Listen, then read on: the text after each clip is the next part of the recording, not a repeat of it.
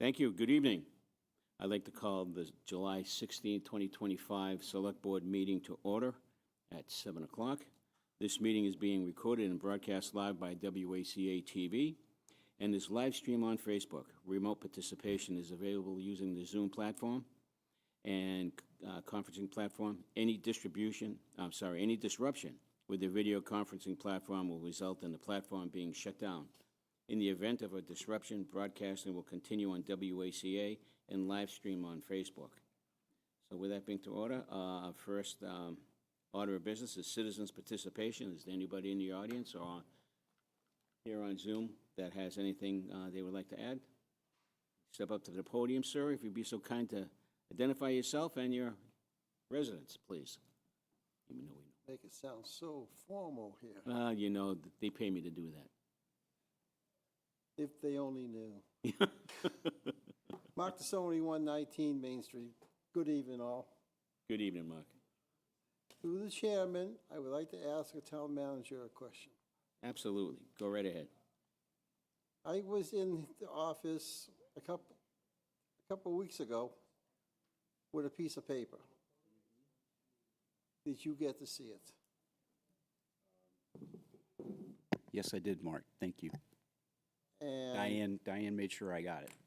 And was there any thinking over it? I thought you had some good points. Some of the things I think we talked about before as well. Would you agree with that? Yes. Yeah. But I think thought you had some good points to it, but I thought you had some good points to it. That was a question you asked. The reason I did get that, because thank you to your newsletter that had that chart out there. That was my admonition to set that up. I went to the ZBA and had the ZBA have that paper in the package, and they did. And with the talking to the 61 Waverly Street, it came up, a couple of the questions came up. And one got answered by conservation peer review, and the other one is for the what happened in this town with the entities and all that. There was 40 Bs, so all three of them were built. So my theme was for that was what I saw on the chart there is the state, in my mind, is trying to erase the committees, town people, and all that, and have the state be in charge of everything without the town actually having a say. So I was looking at that for the reasons why those. I looked at the chart and made the questions up and gave everybody in here. I think the town needs a stronger power to get the state to think that it's not just a small town. It's a town with citizens and everything and to grow with, but not to grow in the state's eyes only. That's it. Thanks, Mark. Thank you, Mark. I don't know if there's anybody else on the Zoom board that's looking. I don't see any hand raised, so we'll move right along, if that's okay. Okay, 7:10. We have an introduction. You want to do it? Yep, you want to do Peter? Yep. We have a few minutes, so we're going to move things out of order for a moment, out of our consent agenda, and where am I here? Yep, sorry. And Peter Wilner is looking to become the newest member of the Historical Commission for a term that will expire on August 31st, 2027. So, Peter, if you would be so kind, come on up to the podium, introduce yourself, and tell us a little bit about yourself and why you're throwing yourself to the wolves. I mean, why you want to be part of the... Thank you. My name is Peter Wilner. I am a history teacher, and I have, excuse me, if I'm a little hoarse, it's because my allergies are doing what they do. Thank you. As I was discussing with Michael just now, I've always been interested in history, and I've been interested in preserving the character of where it is that I'm living. I'm living here now. I've been here for 4 years. Brandy, you and I have discussed this. We spent a long time, and I appreciate the time that you gave me. And I went on the tour that Jim Nielsen gave, and we've talked about the development that's going on in town, talked about it from Jim's perspective. Brandy and I, you and I discussed it, and I'm interested in if I can help preserve the character of the town, given certainly all the development that's going on. I want to be a part of that. And I talked to Jim about that a month ago, something like that, and the opportunities come up. And so if I can, I would like to serve. Well, that's good enough for me. I'll open it up to board if you have any questions or comments you would like to address to Peter. This is our time to do it.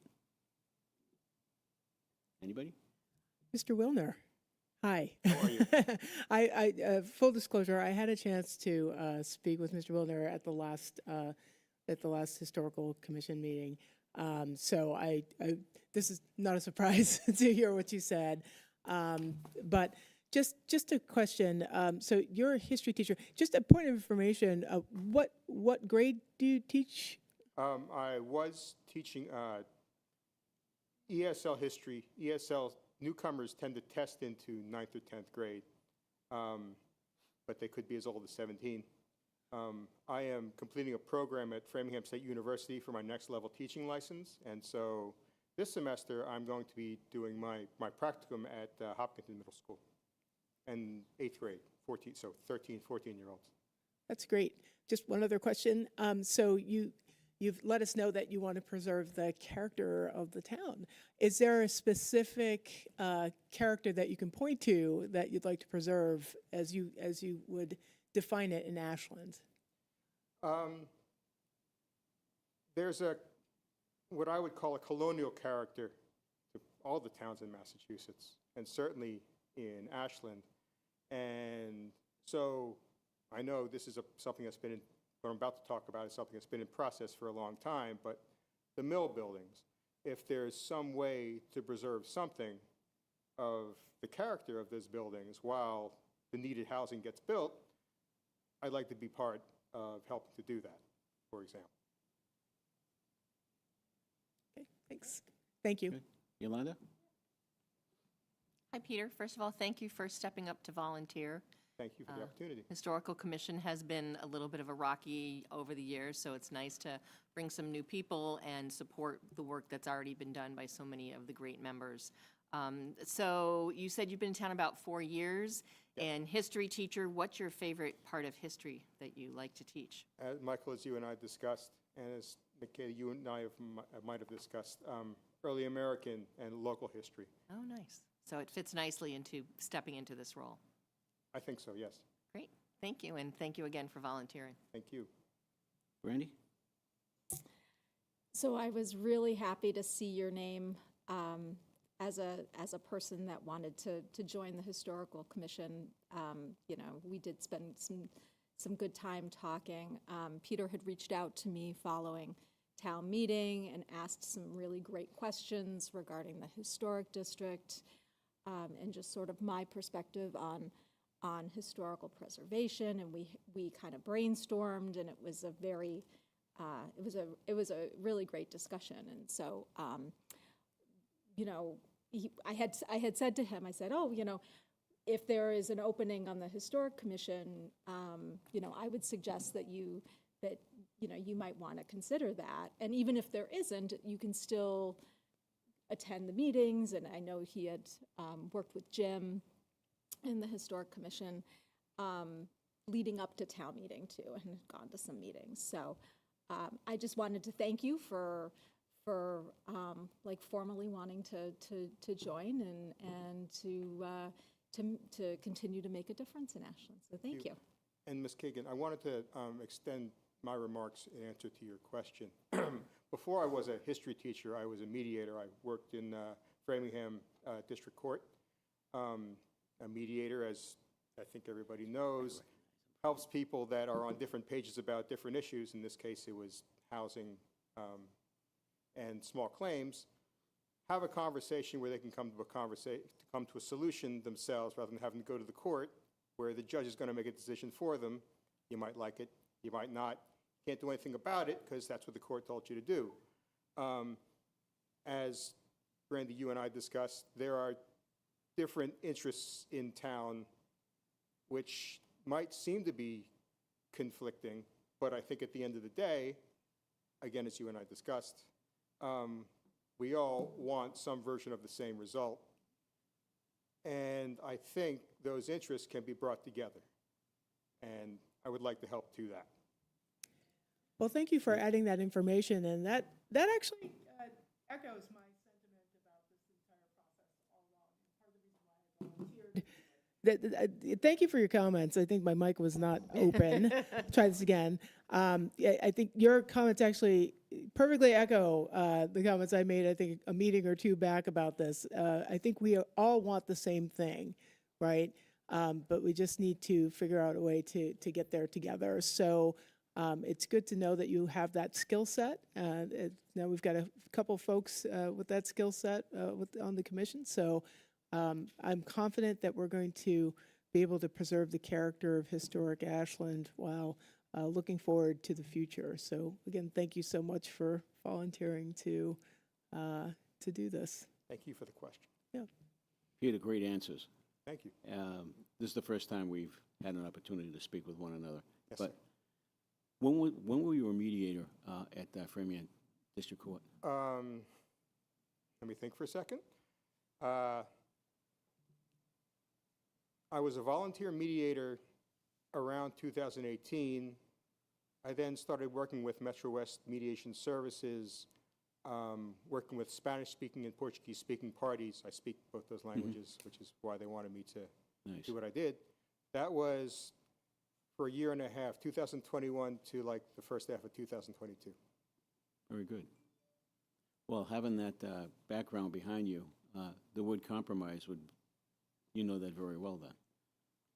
So, and sometimes we have to compromise in the positions that we're in so that we can try to satisfy everybody and not just one small group. That's the goal, bringing everybody together. Bringing everybody together. That's it exactly. So I appreciate that.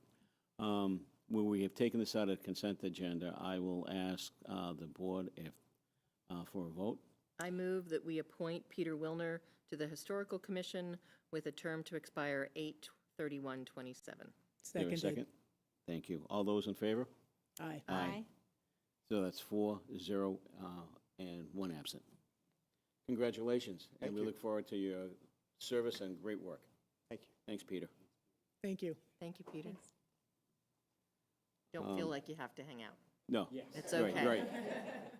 We have to go through, that doesn't mean you have to. So thanks a lot. We have on our agenda for 7:10, and we're just slid over that. I'll turn it over to our town manager, Michael Herbert, with the introductions of Katie Khul and Jasmin Farinacci. Go ahead, All right, sir. thank you, Mr. Chair. I'm actually going to turn this first... We're not passing the buck, it's just... No, just passing the mic. Pass this first one off to Catherine, who's going to introduce Katie, and then I would ask Beth if she would introduce Jasmin.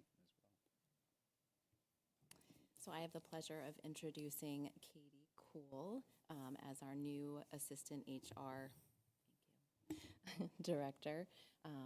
So just a little bit about our process. We were thrilled to receive over 40 applications, and we were able to get that pool down to 4 highly qualified finalists, and Katie is who we chose. Katie comes to us with over 11 years of HR experience, including the last 2 working in the nonprofit sector.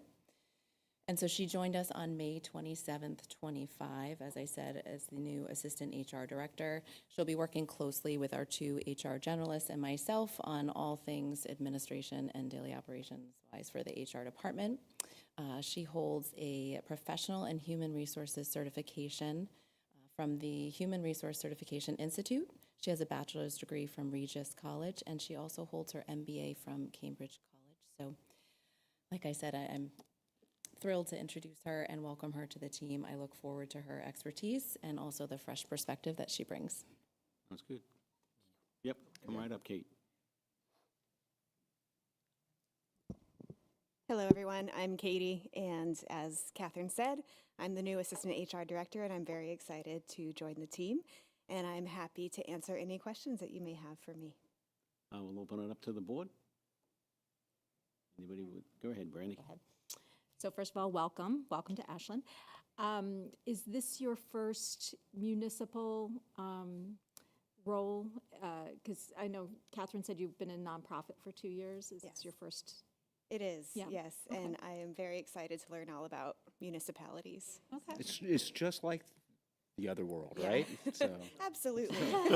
What has been your first impression of Ashland?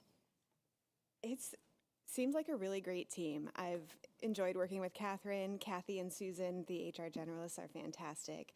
They 100% know what they're doing, and they help me out when I'm flailing, and I'm like, well, I don't know what's going on.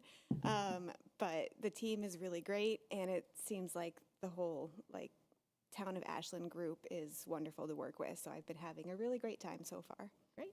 Good. Yeah. Makita? Welcome. Thank you. So nonprofit and public sector, there are a lot of similarities, but there are also a lot of differences. Yeah. What's your plan on getting up to speed with municipal life here?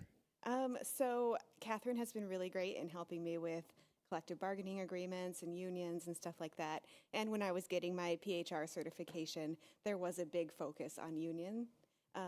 I haven't gotten to use that knowledge yet, and so now I've been able to join a municipality where I can use some of that knowledge. And then, as I mentioned, Kathy and Susan have also been really great in getting me up to speed on benefits and payroll and how that relates to both union and non-union groups. So, yeah, of course. Hi, Hi, welcome. thank you. I respect the HR hat. I've worn the HR hat in private sector, which is why it's always a little, we know it's different in public sector. Sort of to follow up on what Makita was saying, so how do you feel your experience, and I'm sure you answered this in the interview, but I think it might be good for our residents who are meeting you as well for the first time. How do you feel your experience in private and nonprofit is going to be a benefit as you move into public sector? Sure. So it's all about helping people, basically. It doesn't really matter what sector you're in, finance, nonprofit, municipality, you're here to help. And so I especially see that in the HR field, where everyone else here is here to help the public, we're here to support everyone who helps the public. And so that's really the basis of my philosophy within HR. So I can take what I've learned in finance, in nonprofit, and just bring it here, and it's so far been a very smooth transition. So Great. I hope that answered your question. Congratulations on joining the team here. Thank Do you have a far commute, or is it pretty easy? No, I live in Framingham, actually. Okay, So nice. it's Oh, that's a very travel, easy. that's a long way. It's a long way. Well, depending on what side of Framingham Right. it could be, but It could It's be. this side. It's Oh, good. right near Cushing Park. So Oh, nice. Oh, yeah, good. Nice. very close by. well, again, welcome, and it sounds like Thank you're you. going to be a great fit with our team. Thank you. I just want to thank you for taking the job. Even though you offered it, you could say no, but you took it, so we appreciate that. So we look forward for your efforts and keeping Ashland moving in the direction that Catherine has already started and continue her vision. And I know your vision will be very much the same. And we look forward to working with you down the road. Great. Thank you Thank so you. much. Thank you. I am going to interrupt I have a hearing at 7:20 that I have to read by law, so I apologize. Thank you. Legal notice. Notice hereby given that the Select Board will conduct a hearing regarding the application for a wine and malt beverage retail liquor license.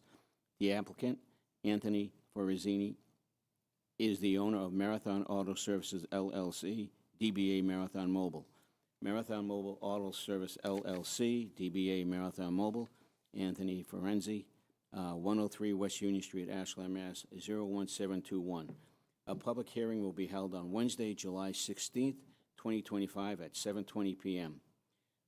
People or persons wishing to be heard on this matter are invited to attend the public hearing in person or by logging in on the Zoom meeting and platform. Interested parties who are not able to attend may submit written comments to the Select Board's office at Town Hall, 101 Main Street, Ashland, Mass. 01721, or by emailing Susan Roby at sroby@ashlandmass.com.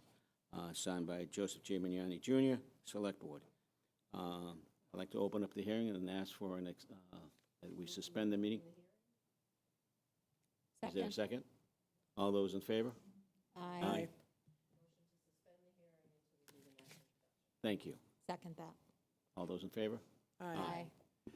Thank you, Beth. Sorry about that. No, I appreciate actually that little break because my introduction won't be as eloquent as Catherine's. But Jasmine speaks for herself, so she's fantastic. So I'm so happy to introduce Jasmin Farinacci as our new Director of Planning and Economic Development. She comes to us with loads of municipal experience. Her most recent spot was in Dover as the town planner. She's also worked for Lancaster, Bridgewater, and Wareham. She has a bachelor's from planning and from Arizona State, and she started with us on June 23rd, and it feels like she has been here forever. So she's been a great, she's had a great start with her career here in Ashland. She's working very well with our staff and our community development team. So I'm really excited to introduce her. So I'll have you come right up. Thank you, Beth. Hi, nice to meet you all. Hi, Good evening and welcome. thank you.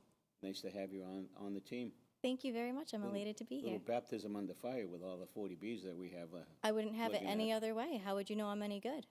There you go. There you go. That's the answer I wanted to hear. That's Very good. right. Okay, let's move on. No. His work here is done. I open up the question and comments to the board. I'll start. Well, first of all, welcome. Thank you. As I said, you've already received a couple of emails from me passing on your information to the MAPC group. I'm the chair of the MetroWest Regional Collaborative, so I'm the Ashland representative, select board representative to that organization. What do you see? I mean, you've been here a couple weeks, and challenges and past experience, how is that going to help you with some of those wonderful challenges we have going on right now?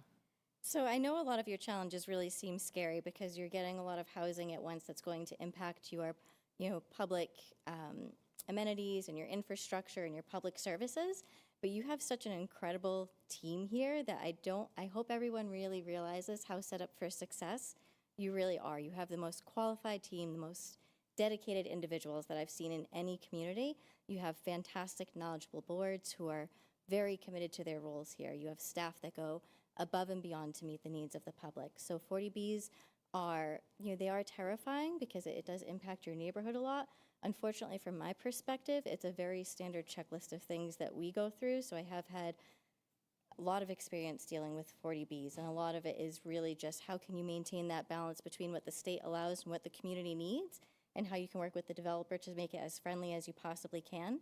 I'm sure you're well aware that after these 3 40Bs, you will be above your subsidized housing inventory 10%.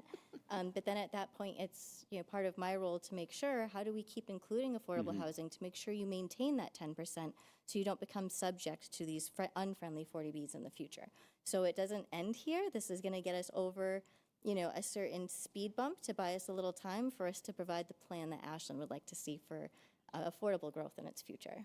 Great. Thank you very much, and good luck. Thank you. Nikita? I think you've already answered like 2 of my questions when you answered Yolanda's question, because I was going to ask you about your experience with 40Bs and actually just that planning component, right? Just looking forward, okay, so yes, we will be at our 10%, but then like what happens after that? Actually, let's dig in a little bit. So for some of the communities that you previously served, how did you go about that process?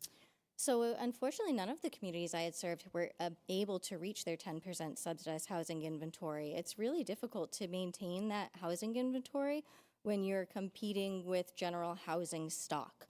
So that's why it's so important for us to know what these numbers are. We have to work really closely with our assessor and our building department to realize what our actual growth rate generally is per year so we can project that accurately out to the following years. So I've never had the opportunity to bring a community above its 10%, but it is something that I've worked with every community I've been into. How do we reach that affordable component in a way that's feasible and and tasteful to the community, so that we were not reliant or subject to 40Bs to get us there. So that way it's intentional, it's planned with your community in mind. Where would you like to see it specifically? Where would those places fit best, instead of being subject to where a developer finds space? Did that answer that? Yep. Okay, Thank you. you're welcome. Brandy? Hi and welcome. Thank you. In addition to the 40Bs, as you know, we're in the middle, almost to the end of our comprehensive plan process. Michael knew where I was going with it, yeah. Yeah, so Yolanda and I have been a part of the comprehensive plan steering committee for 10 years. Just kidding. Oh, anyway, sorry. It feels like that. But we are in the home stretch of this. Yes.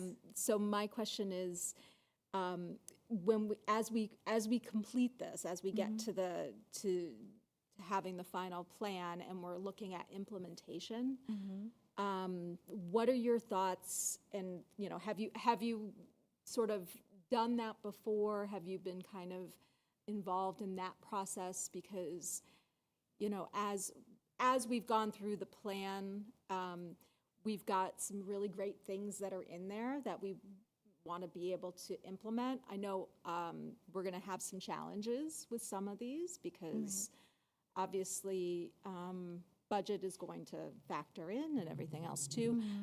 So I'm curious, like, what your experience has been with taking something like that and helping to implement it.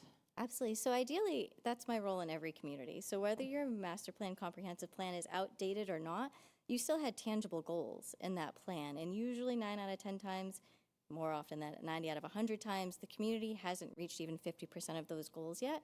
More often than not, up until probably the last 20 years or so, comprehensive plans were never really made with sustainable, actionable steps to hold you accountable to your goals. So that, we set these magnanimous dreams, and they were wonderful, but we didn't set out any of the tasks or the thought through on how to get us there. So my role in each community has been, what are your major goals as a community? Do you need to increase your economic development? Do you need to increase walkability? Do you need to increase safety, public education, general education? So really, how I will be implementing your goals for your master plan is taking everything that Ashland has, really integrating it in with your community and their needs. So creating strong relationships with your businesses, your citizens, your stakeholders, really hearing their needs and matching them to our goals, and how can we implement them together, so that way nobody's being left to the fray and being left out of these plans or being neglected as we move forward, because the plan is to move forward together. And I'm sure, as you know, Michael's brought on a fantastic program called Civi Social that we're running, and I think that's going to be a huge part of what we do, reaching out to people over social media. Humanizing local government is a huge way. That's how you pass your overrides. We become people. We're not just, out there sucking your tax dollars. We're your friends, we're your neighbors. We're sacrificing our time with our families to come help your families. And once you create that sense of community, all of these plans move forward a lot smoother, because you're doing it together, not against one another. Great. And I have one other question. Sure. I know that this role has kind of evolved, and has incorporated economic development, which, Yes. Beth has championed for 9 years. Yeah. How do you see economic development in Ashland, potentially evolving, or what do you like, as what you've seen so far? And, what do you think are our strengths, and what do you think is like the future? Your strengths are certainly your community. The people that you have here, they've been here. You have strong community. People that start business here want to keep their businesses here. We just spoke with a business today who is lucky enough to open up in Ashland in the last 2 years, and now they're looking to expand, and that's amazing. They're not looking to leave. They're coming here and saying, how can we grow? So that's a big part of what we plan on doing. Beth has set the stage with all of the developers and local businesses. She's set such a precedent, and is such a positive experience for them, and I'd like to continue that moving forward. I want to be open and friendly to developers to Ashland. I think our biggest challenge right now is traffic and bringing people in. We're not off of any main roadways, so it's really going to take a lot of partnership, whether that be with different businesses together or maybe even with regional resources, but we have to find a way to bring the people here. The businesses are here. We need them to thrive here. Great. Thank you You're very welcome. much. That's awesome. Those are great comments, Jasmine. Thank you. Appreciate that. Thank you very much. I think the both of, well, all three of you have done a great job in selecting the people that going to take care of our future. And I'm extremely satisfied and happy to hear the comments that were made and the answers that were provided. So Thank you. I wish you nothing but the best, and I look forward to working with you Thank you very much. the next Likewise. couple of years. Thank you. Thank you. I know we talked a little bit about Katie's process, but Jasmine also went through a pretty rigorous process. We ended up having over 20 people apply. Actually, it was a very, very qualified pool. We ended up interviewing 5 candidates, and Jasmine rose to the top. So we're very lucky to have her here.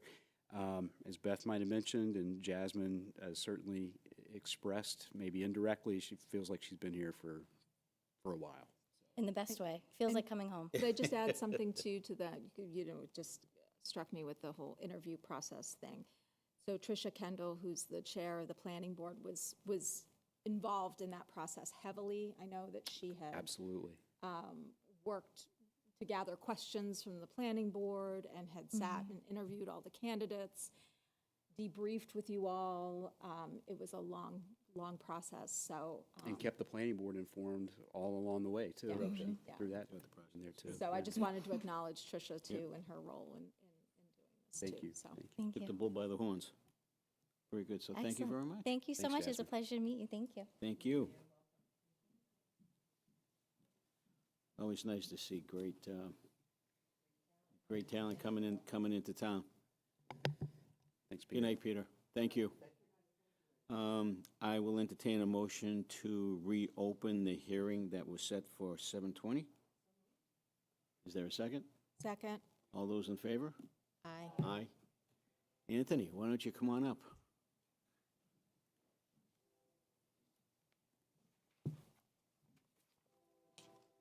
Hello. How are you, sir? Good.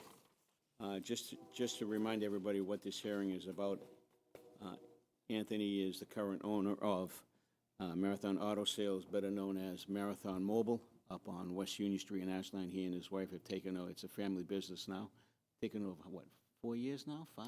Almost 4 years. Almost 4 years, right? And they've done a fantastic job. They brought back the cafe-style convenience store setting, which what it was when I used to work there years ago, and brought back some great memories. And I'm sure that you will do well. I did ask for a copy of that. Oh, and I appreciate that. That's okay. Yep, thank you. I'll pass this around. Is that the drawing? This is the drawing. Better, which was- good, Yeah. good. I had called Anthony earlier this afternoon about providing another copy of it. So Perfect. I'll let you all take a look Yep. at it. And so, tell us the reasons why you want a malt and wine license. Well, one of the main reasons is we get asked a lot if people stop in all the time and ask us if we do, sell it. And I think it'll bring a little more business to us. People are coming there for a lot of different things. We're just trying to increase a little bit of business and make it a little more convenient. I know living on that side of town, it'll be helpful to some people instead of crossing all the way across town, not to take away business from anyone else. But I just think it would just be a nice addition to what we have. Nothing crazy, nothing, not too much, but just a little bit. That's good. Who's going to be responsible for maintaining that area and making sure that, stock doesn't get legs and walks away from it? Yeah, well, both myself and our full-time employee will definitely be in charge of all that, as well as Okay. making sure everybody's trained to know Okay. Yep. exactly. We keep an eye on everybody anyways. As you know, we get a lot of the kids that come in, so we have eyes everywhere. I Yeah. mean, and And we're usually. not absentee owners either. Right, As so everybody knows, we're I'm always there in there. every day. Yeah. Our family is always in there. And on busy shifts, we always try to have usually, runovers so that there's more than one employee on. Yep. And we can adjust that accordingly if we're busier. Then we'll definitely staff it so that it can be watched closely. Okay. Yeah. Plus referring to the drawing too, the way we wanted it is that it's in the back of the store. That way it's not near the grab and go or right, steal or any right. kind of theft. So Yeah. it's gonna be limited to a certain spot, and any of the stock is gonna be behind into the storage area. Where it's Okay. not gonna have access to anybody at all. So that's the door on basic- the far left? The far left store on the left-hand side? Yes, Yeah, yes. okay. Yep, we're gonna use the existing cooler that's there now, the walk-in. Yeah, the We're walk-in. gonna remove the soda from those 3 doors. And Yeah. We're gonna use that And existing. that's be the area? Yeah. Yeah, And that's then what we're the storage looking to area do. for extra will be in the back. Got it.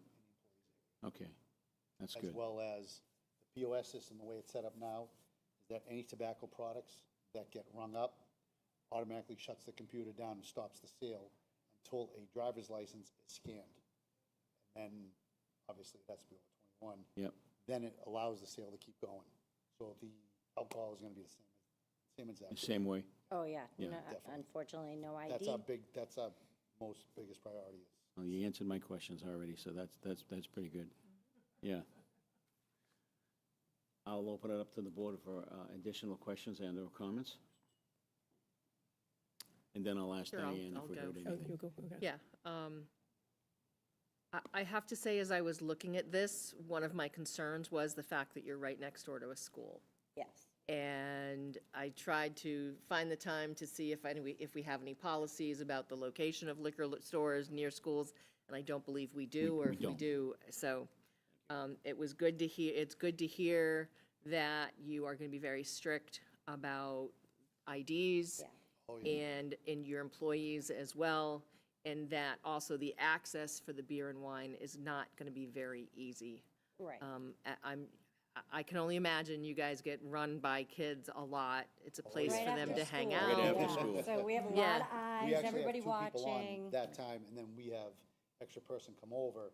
Like I will come over when the kids come in, just to oversee it. I mean, We kids are limited kids, so to- what, you know. To Okay. only 6 kids, is it 5 or 6? I 5 or forget. 6, 5 yeah. or 6 at a Okay, time? at a time rest in have the, to wait in the outside? build, okay, Yes. in the store. Unless it's Okay. raining, then we'll let them stand by the door, and then as some leave, they come in. It just gets too chaotic. Yeah, And especially if we have that. So it'll be watched heavily. We're Okay. very particular. We're with, selling cigarettes, same type of thing. You don't have an ID, you're not going to get it. Our system shuts down, you have to scan their IDs. okay. How big of a stock are you planning on having for beer and wine? Not very big, just the Okay. staples. Okay. Like I said, it's gonna be 3 coolers, and then the storage in the back, which will be out of sight. But it's probably just gonna be 3 coolers. We're not gonna be a liquor store in Right. gross No. magnitude of it. Just the popular brands. Okay. And this is more a question to either Catherine or Diane. A lot of times with stuff like this, we either hear from other businesses in the area. Have we heard from any other of the liquor stores as to their thoughts on the impact of this, or no? No. I called Diane earlier today about that. She hasn't heard anything from any merchants or residents. And I know that notifications went out to your abutters in and Yes. around that area, and we haven't heard from any of them. Okay. So, Because those were a couple of my concerns, Yep. so, okay, great. as was mine. Thank you. Absolutely. Thank you. And I would just say that should something happen, I think we're going to be very, very, right on top of it, right? If we find that there's Yes. underage alcohol either being yeah. sold or absolutely. taken or Oh, yeah. anything, Yep. just because of how close it is to the school. School. Oh, yeah. Okay. Makita?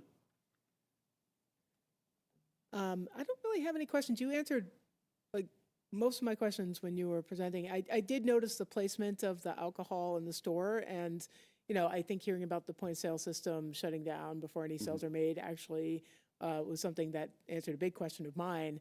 And also just the way the layout seems to appear, like you're gonna have a really hard time if you're trying to lift a, out lift a with beer a or something like that. pack. Like, Right. the line of sight is like Employee would have to right be there. blind. Exactly, like there's, I'd be kind of impressed if someone actually managed to Right. do that.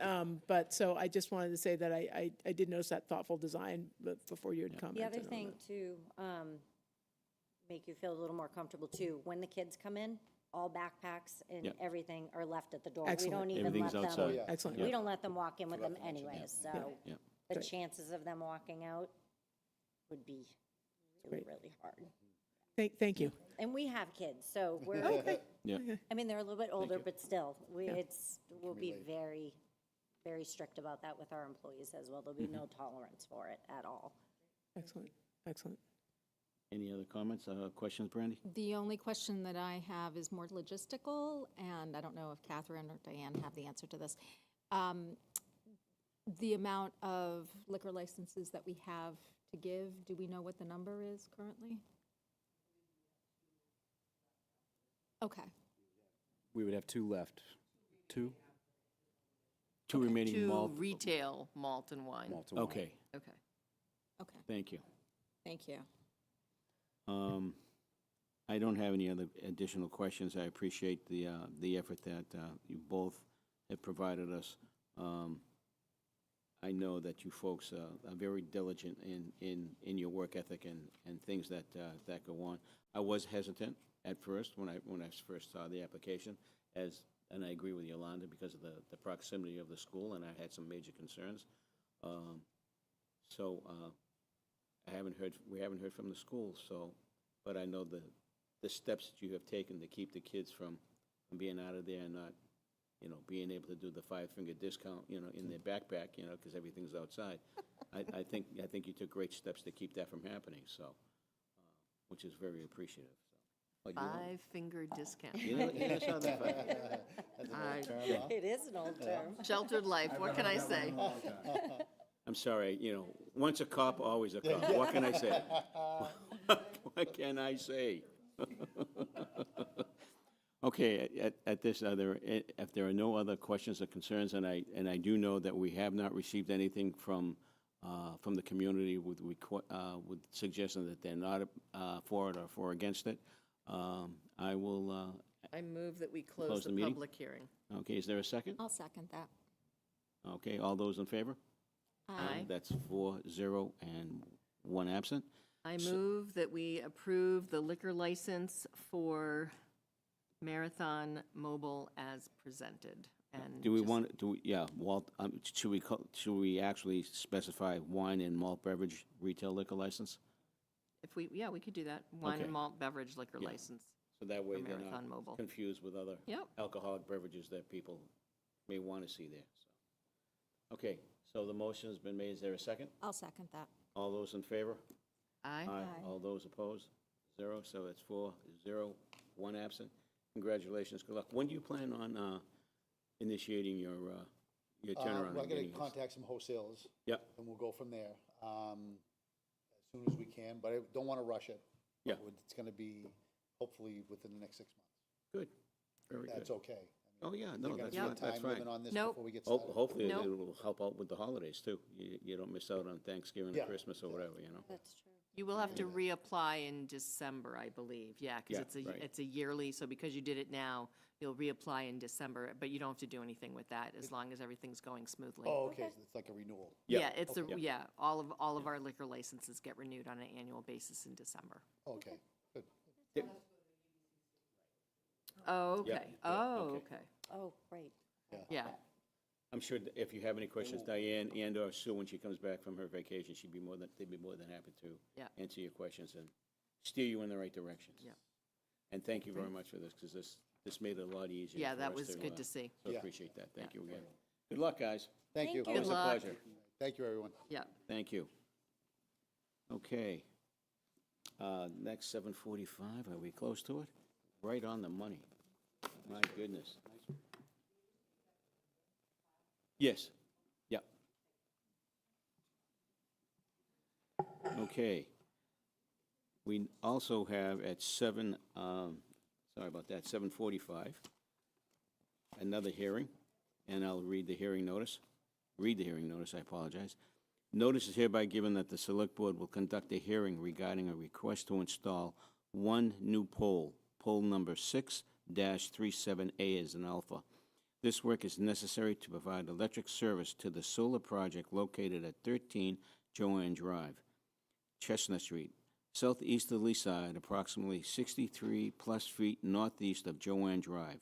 Install one new pole, again, pole number 6-37, WO number 7128227, Ashland, Mass. 01721.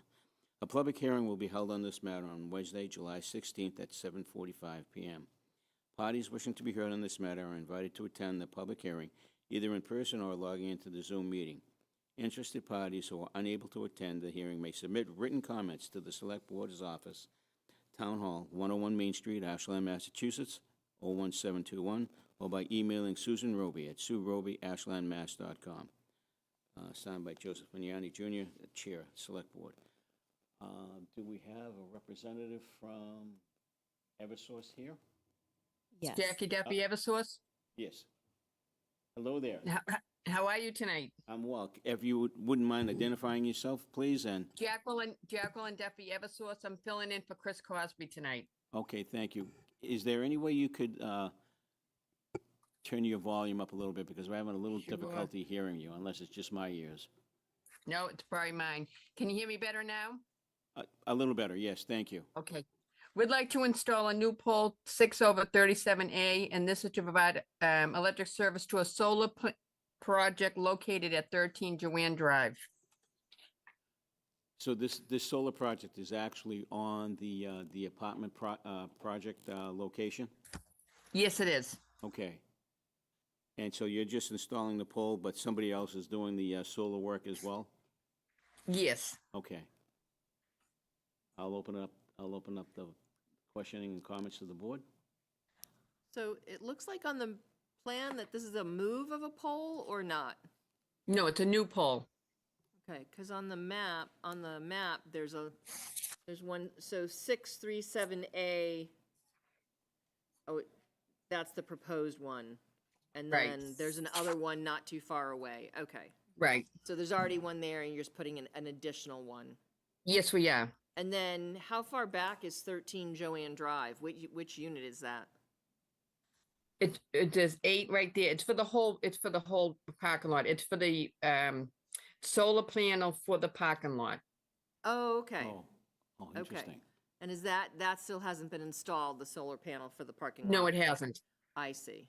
Okay, that was not clear. So these panels are not going on the buildings themselves, they'll be going on structures that are in the parking lot? Yes. Okay, similar to what we have at the high school then? Right, because there's already, if you look at the maps, there's already solar Solar, you're on right. the buildings. Yeah. So they're adding more solar to the Okay. parking lot. Okay, Very yeah, good. that was really my only question. Nikita, you good? Okay. Brandy, you good? All right, then I'll entertain a motion to, I Close move we the hearing? close the public hearing. is there a second? I'll second that. All those in favor? Aye. If there's no further discussion, I entertain a motion to approve the request. I move that we approve the poll as requested by Eversource. There a second? Second that. Thank you. All those in favor? Aye. Aye, that's 4-0-1 absent. So congratulations, you've been approved. And when do you anticipate the work to be done? I'm not sure. I work out of a different division. I can have okay. them find out. Okay, if you would, that would be great to find out, and we Absolutely. appreciate that. I'll input. talk to Chris tomorrow. Thank you very much. All right. Thank you. Thank Have you. a Have a nice night, pleasant evening. everybody. Thank you. Thank you. All right. Bye-bye. Bye-bye now. Okay. How are we doing for time? Good. Wow, we're 10 minutes early. People Yep. are on, so if we can We're good to start go? early. Okay. I know we had something scheduled at 8 o'clock, but I'm sure that Helen and Joan wouldn't mind starting early. Are you good with that? Hello, I'm Helen? good with that. Yeah, I thought you would be. Okay. Okay, we're looking, you folks are going to provide us an update on the Village Burial Ground project, and we're looking forward to hearing what you've done and what's left that needs to be done. So I'll turn it over to the both of you. Good evening. Hi, good evening. I'm going to start. So I wanted to start by saying I really want to welcome Makina Keegan as our new Historic Commission liaison, and we're hoping to have her join us when she can with the cemetery working group and some of our events. And also, I'd like to give a shout out to Susan Ruby and Diane Mortensen, and I know they're not listening, but I'd like you guys to know that them, as well as the DPW, have been very helpful to us. And they really do deserve some acknowledgement. So I really wanted to say that before I started. And so I want to give you an update, and then I want to discuss a few things which we hadn't discussed before that I feel like, because this is a municipal project, that you need to be aware of, and we need your input on a few things. I'm going to do the update first.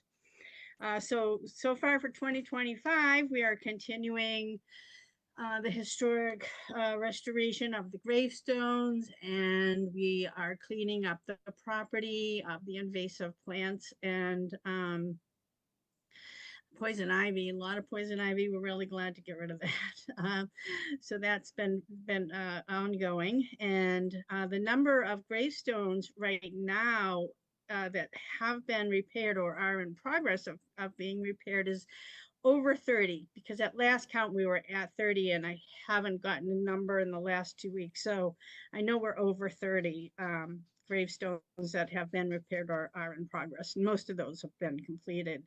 The number of gravestones right now on wooden pallets that are down there to protect them from additional damage is 60. Gravestones that are standing and but leaning slightly or severely is 26. And gravestones below ground that are unknown, but our volunteers have been finding them regularly, so we know they exist, is unknown. So that's all ongoing, and I'll explain a little bit more about that in a couple minutes. We have ongoing removal, as I said, of the invasive plants. Kathy Rooney's our landscape design person or expert who's really been very helpful. And so she has ongoing work down there with all of that, and that will continue. And this year we did participate as a group. We joined with Clean Up Ashland, and we got rid of some trash that was down there, which was very nice. And we're planning to have 2 community engagement days. They're working days for volunteers to come down and assist, supervised with light repairs, more like probably more like they'll be watching as these things are done, and they can kind of see how things are done, and if they can help a little bit, then that will be supervised. And also cleaning some of the headstones. Some of the headstones, they were all cleaned last year, but some of them, because of some of the dirt and the rain splashing up onto them, I guess some of them do require a little bit additional cleanup. So we're going to do that. And there's some more invasive removals that we will do. And those are July 23rd and August 11th. Both of those are going to be from 6 to 8 p.m. They'll be weeknights or week evenings. So people can come down after work, and it won't be quite as hot as it would be during the day, because during the day can be very hot. We have ongoing documentation. We have a documentation group, and they are doing different types of documentation that include photographic documentation and paper documentation of all the work that's down there. They keep record of the condition of the gravestones before they've been worked on. They keep a record of who worked on them, what work was done, and the condition of the gravestone afterwards. And that's all on paper, which eventually the photo documentation and the paper documentation, when we're finished, will go to town hall in 2 forms. There'll be a solid hard copy book of all the work that will be able to be placed in the vault, so in the future people can look at that. But we'll also have electronic documentation that will be able to be accessed,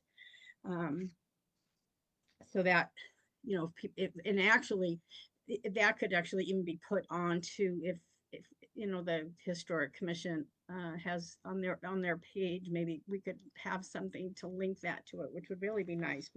We've only just kind of discussed that. We haven't really got into the details of it yet, but that's something that we'd like to do. So the documentation is ongoing. We did apply for some CPA money this year. We received a $5,000 administrative grant. They didn't feel that we had applied for enough money. They really thought we should have applied for a larger amount. So they gave us the $5,000 for the GPR service, which is a ground penetrating radar, because one of the things that we kind of need to know, especially before we really want to plan out our survey, is how many more headstones are down there. Because we are finding so many headstones underground and we know there's more there. This will give us a more accurate number, and also it will locate additional bodies down there that are not marked. Helen, So we'll have a bit. this is Yolanda. Sorry to interrupt. What organization gave you that grant? CPC. Oh, it came from CPC. Okay, thank you. CPC. Yeah. And yeah, so we'll be looking for bodies as well. So if there's bodies, and we know there are that aren't marked, we'll have a better idea of how many of those are there, and we'll have more additional information to complete the, when we go to do our kiosk, to complete all the historical information of the site and what exists there. So that's something that we're looking forward to doing. We had some interesting event, it's not really an event, I don't even know what you call it. We had an interesting thing happen. So while we were discussing getting the GPR, the $5,000 service, we were offered, and this has to work out correctly, and we're not sure it will, but we're really hoping it does, and it's going to kind of depend on dates and people and machines and how it works out. But Bridgewater State Archaeological Department offered to do the GPR service for us free. And if we can do that and we can get that service in place, it would have to be done sometime before they go back to school in September. So I can't talk to the guy until the 22nd, because the guy who's running the program is out of the country until the 22nd. So I will find out then if we're going to be able to actually access that service. And if we do, we actually can give the $5,000 back to the CPC, because we won't need it, because they're going to do it for us for free. So that was exciting news, and hopefully that all works out. If not, then we will use the $5,000 for the professional service. And so our next steps is really just to continue with all the work that we're doing, eventually working into our phase where we will get the survey done for professional work that may need to be done. We're looking into who we need to talk with about the crypt, as far as getting that restored, if it's possible. We don't know. I'm sorry, getting what restored, Helen? There's a crypt down there. It's a crypt. It's okay. not a crypt like a family crypt where people were buried. It's a crypt where they stored bodies over the winter when it was too cold to actually bury them. Yep. And there's a big top piece, which we just realized what it was recently. We weren't really sure. We knew it was part of it, but we really didn't know exactly. But after someone down there, one of our volunteers, stared at it long enough and realized that it was sort of shaped like a triangle, and that if you fit it back on top and laid it, the bottom at the top would come to a point above it. It's actually pretty cool. I can't really draw you a diagram because I'm not on here, but anyway, that's something that we're really hoping that we can find out who could help us with that, but we're still trying to do that. We haven't found that yet. So people who, sorry, Helen, so the people who do the gravestones could not help you with that piece? No, for a number of reasons. First, we have to have somebody survey that whole area to actually determine whether it's even stable enough to place that piece back. That piece, I don't know how much that piece weighs, but I can tell you that those headstones down there that are obelisks are over 2,500 pounds. This thing's bigger than they are. It's huge. So I don't know. You would really need somebody to come in that knew what they were doing. And it would have to be worked on, I think they would have to be able to sort of repair it, not repair that piece, but repair the area that it would set into. They would have to be able to place it. We would have to make sure that the whole area is stable. So all that has to be done, and we're still trying to figure out who we need to do that. Okay. So, so those are our next steps. I do need to discuss tonight a few things. So originally when I came, I had discussed, you know, the restoration of the headstones and the you know, the property itself with the invasives and the trees. There were some dead trees down there that are now gone. And I think we had discussed, you know, installing some historic kiosks, well, some kiosks down there with the history, and maybe one as a memorial to some of the unmarked graves down there. So that was all discussed, but we had a few things, and we also discussed the sign. I guess the DPW at one point, Michael, I think you had said the DPW was going to take care of the no dog sign, because we had discussed doing it. You said they would, but I want to add to that a little bit. But before I do that, I want to discuss the sign. So when you come into the cemetery, there's a wooden sign, and it says Ashland Cemetery 1828. It's a very nice sign, actually. It's attached to a big piece of granite. It's nice. The wood is in good condition. It has a little bit of chipping on the sides, but overall it's not bad. It's been down there for 15 years. The cemetery working group has discussed repurposing the sign, having it repainted, and what we want to ask you is we would like to put the original name of the village burial ground on that sign. So we didn't want to go ahead and do that without your input on that. And we've already talked to Mr. Mancini, who was the original person who did that sign, and he can take the sign down, repurpose the sign, sand it, paint it for us. It would cost, I think he said something like $240, which we have the money for. But I did want to know, you know, if you would approve of the village burial ground 1828 being painted on there. I'll jump in. I think that's fine. I think it's, you know, they're working on it as the village burial ground, and let's give it back its original name. I'm fine with that. Okay, great. I don't have a problem with that. Does anybody?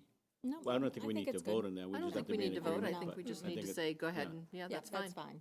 Yeah. Okay, good. Yeah, we didn't want to do it without, because it is a municipal property, and we did not want to do that without your input. Yeah. And so the other thing I wanted to ask, as far as those no dog signs, so we've been having some issues down there. The 128 Main building houses people with dogs, and you know, that's to be expected. Unfortunately, they're using our site as the potty room, and you kind of can't blame them. They're either going to take their dog and walk them out onto the sidewalk, or they're going to take them back there where there's grass. But it's not good actually for the grass or for the gravestones, and for the people who don't clean up after themselves. So we were hoping to get a more expanded sign, and we're also having another problem. So the people that live to the side on the Concord Street side have kids who are coming in there. They're playing kind of sport-like things and balls. And we were hoping maybe we could get a little bit more expanded sign, maybe something with like not exactly as big as the one that you have down at the Wildwood, but something, it was some more information on it like that, just to kind of have it a more generalized, like not just dog sign, but to be a little bit more inclusive of other things that may happen on the property that really shouldn't. A list of what's allowed and not allowed. Yeah. Yes, exactly. Well, and something that states this is a sacred burial ground. This is not a playground or dog park. It's not a playground. It's not a dog park. It's a graveyard. It's a graveyard. I mean, it's not graveyard. it's not a, yeah. It's not a public, it's not It's a, not a- it's it's not not a a field. playground or field or dog park. Yeah.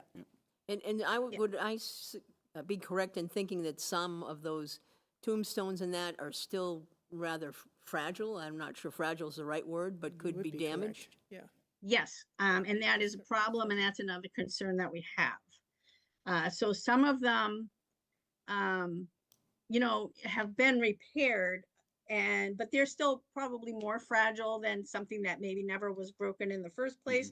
But even some of the stones that haven't been broken, I mean, if you're forceful enough, depending on what's going on, I mean, damage can be done. So yeah, I mean, it's just, it's not appropriate. And actually, it is a municipal property. It's probably a liability issue. Like, I don't know if kids were to bring in bikes in there. I mean, they're playing ball in there. We're finding toys in there, but you don't know what else could be going on in there. And certainly certain things would be an issue. Should we be considering at some point fencing it in? So we've discussed that, and I'm a little concerned with it not being accessible. We want it to be accessible. We want people to go in there. Because also a couple of the members maybe discuss even putting up a chain at the entrance with the sign on it, especially over on the Concord Street sign. I don't know that a chain would really keep them out anyway. This is why I'm bringing this up with you. But the sign definitely should be there. I don't want to make it so that people don't feel like it's a place that they wouldn't want to visit, but I don't want it to be a dog potty and playground because those things are just inappropriate. You know what I mean? Well, I I think you're right, Helen. I think we can put specific signs. I'm sure there's signs, you know, either we have something I know at like the schools that say dogs not allowed on the fields. Right. We must have something somewhere have at Stone else Park, that, very similar. or at Wildwood, right? Yeah. What we have at Wildwood to say that, you know, this is not I mean, I don't know what it is at Wildwood. I don't go there enough. It's a big enough sign that it lists all the things that Yeah, you so can do. And I not would do, and- support putting a sign, probably on both sides, one at the 128, one in 28 Main side, and then one on the other side near the houses that butt up to it. And I would also say, maybe it's worth, if we know who the management of the apartment Yeah. complex 28, is, Yeah. that we reach out to them and just Yep. let them Yep. know we're putting up signs, and if they can also communicate that to their their residents. residents, that Maybe would even be. some flyers for that Yeah. building, Yeah. right? Just to let them know that it's something that we're concerned about. And I think something similar on the other side, if we Yeah. could do a walkthrough or something to those neighborhoods saying, to those neighbors saying, we understand your kids like to play here, but it's not a playground. You have access to the Mindess, you have access to Stone Park, Corner Spot is across the Corner street. Spot, Yeah. Right. Front Street. Yeah. So there's other places for them to play, rather, this is, you know, this is not an extension of your backyard. Not even a quarter mile away from Stone Park. That's where Yep. the park is, the place. So, Yep. you know, Right. get on your scooters, get on your bikes and head over Is there. there a place for people to take their dogs That's- around there? That's the question.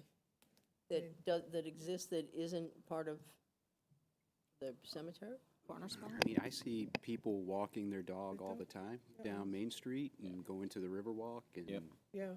To the Yeah, River all the Walk, time. to Trolley the trail, Trolley too. Brook Trail. Yeah. yeah. There's been some I mean, complaints it's about not as the mess convenient that's as been going left into that nice grassy area that's a cemetery, but it's also a cemetery, Right. so it's not appropriate. You know, maybe when people build apartment buildings, they should provide some kind of an area for people to let Or, their dogs. or don't allow dogs in your apartment if you don't have access don't to a have place access. to walk them. Right.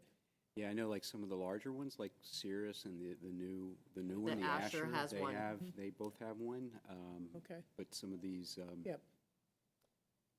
you know, Ashland Woods has a dog park. Do they have Yeah, one, too? They have a Ashland Woods has a, designated area yeah, there. so Ashland Woods, the Asher has a dog Yep. park, and Cirrus, both of those bigger So ones. so that's a good thing to consider when we're doing a development agreement with these developers. Absolutely. Certainly you for know, Waverly. so right, absolutely, without a doubt. Yeah. So, Helen, I have a quick question for you. Sure.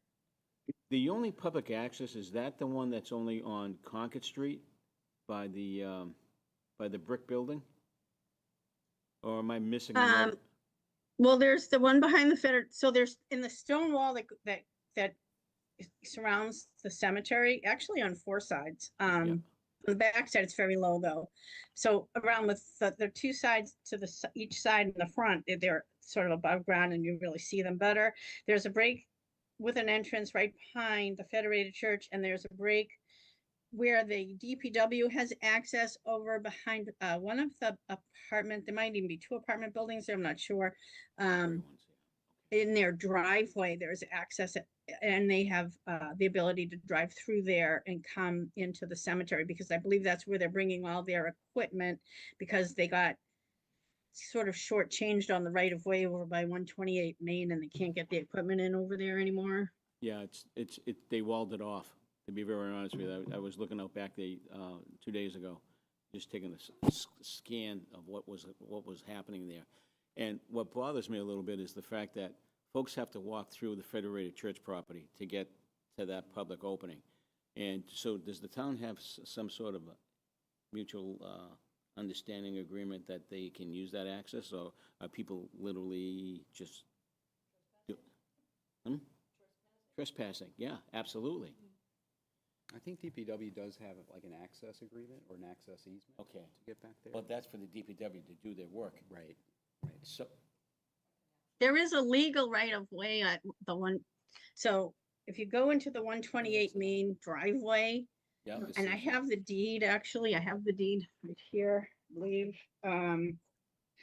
There is a on record deeded right of way, because we needed that information to actually be able to apply for the CPC funding, so I can probably tell you.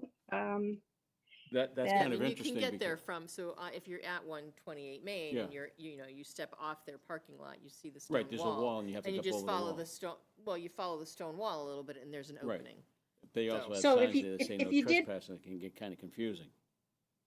No. If you do want to look it up, it's book, it says 71827, page 81. And then it goes through page, let me see. I have it here, all the page, I'm sorry, goes through Kathy. page 89. And it's Middlesex South Registry of Deeds, Oh, recorded so that's on the document. deed Yep. deed register, okay. Yeah, it's Okay. document number 168132, certified October 31st, 2018. Recorded time 2:31 PM. Okay, we understand that. Yeah, We're good. We're good. Thank you, Helen. Okay, Kathy, well, in case you needed the information. Hey, Helen. Yeah, and, okay, Kathy's so I here two, in person, Helen, so she's going to answer some questions as well. Helen, I Okay. just wanted to bring up the fact that the church will probably let us put a sign on their property out on Main Street, because we have a good relationship with them. We've been working on that, and they've been working on helping us. They've been extremely helpful, actually. okay. They give us access to bathrooms and meeting rooms when we need them and Nice. stuff like that. The refrigerator for our lunches. So. Oh, no, that's So good. I think that's going to work out. I haven't specifically talked to them yet, but they're very amenable, and I've been helping them with some of their. Oh, that's good to know. I just Stuff didn't over want a there. liability issue. Yeah. You know, Yep. somebody walking up to go to the cemetery and they fall and get hurt on their church property, and, you know, No, they know about it. okay. Thank you. Appreciate that. Thank you, okay, so Helen. I do have two more things I Yep. wanted to bring up tonight. So one is the fence, not the fence, I'm sorry, the stone wall. So originally when we had all sat down and, we're thinking in terms of this restoration project, the stone wall was never discussed, and we never discussed it with you. But being down there for large amounts of time, we've come to become very familiar with that stone wall, which is beautiful, but in a lot of disrepair in a lot of places.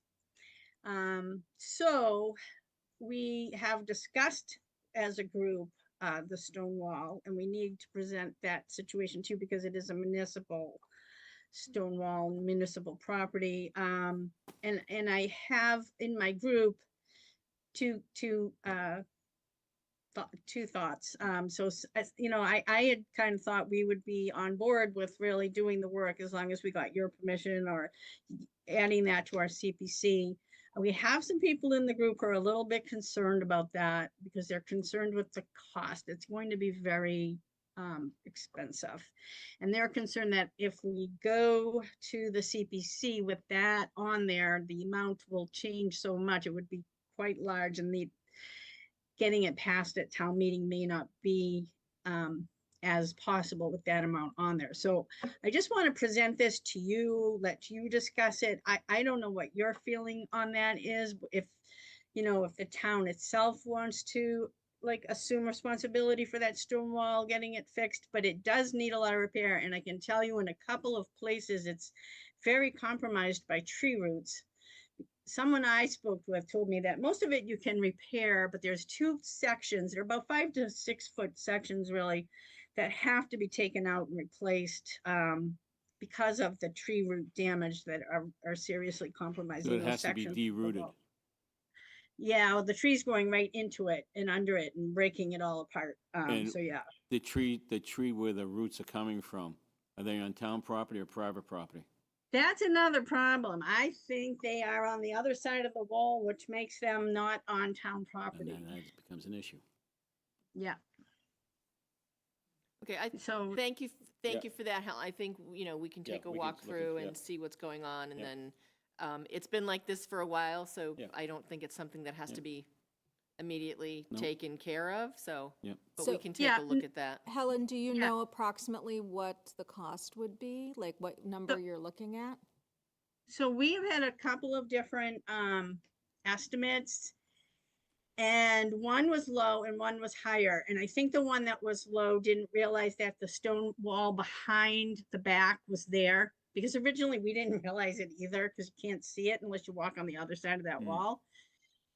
So the higher one was for $28,000, which include cleaning it, repairing it in all of the sections where it needed to be. And he did look at the back wall, in all the sections where it needed to be repaired and replacing those two sections. But again, that's one estimate.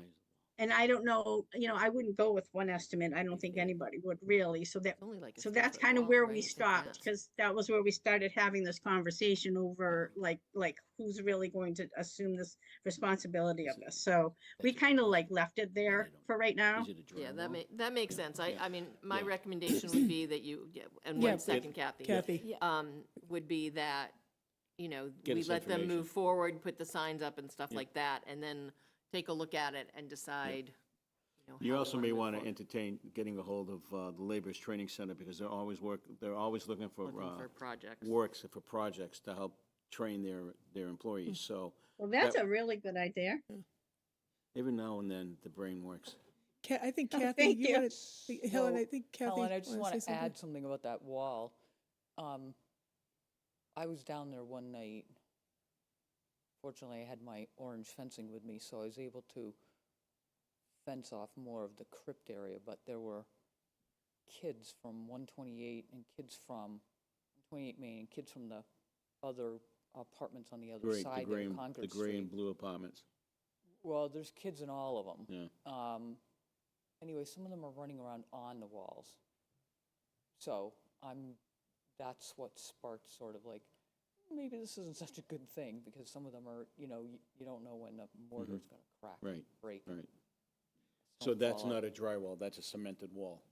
Well, I think it was badly repaired. Okay. It could be dry laid, probably for municipal property. It needs to be properly mortared on the top. There Yep. doesn't seem to have ever been a capstone on there.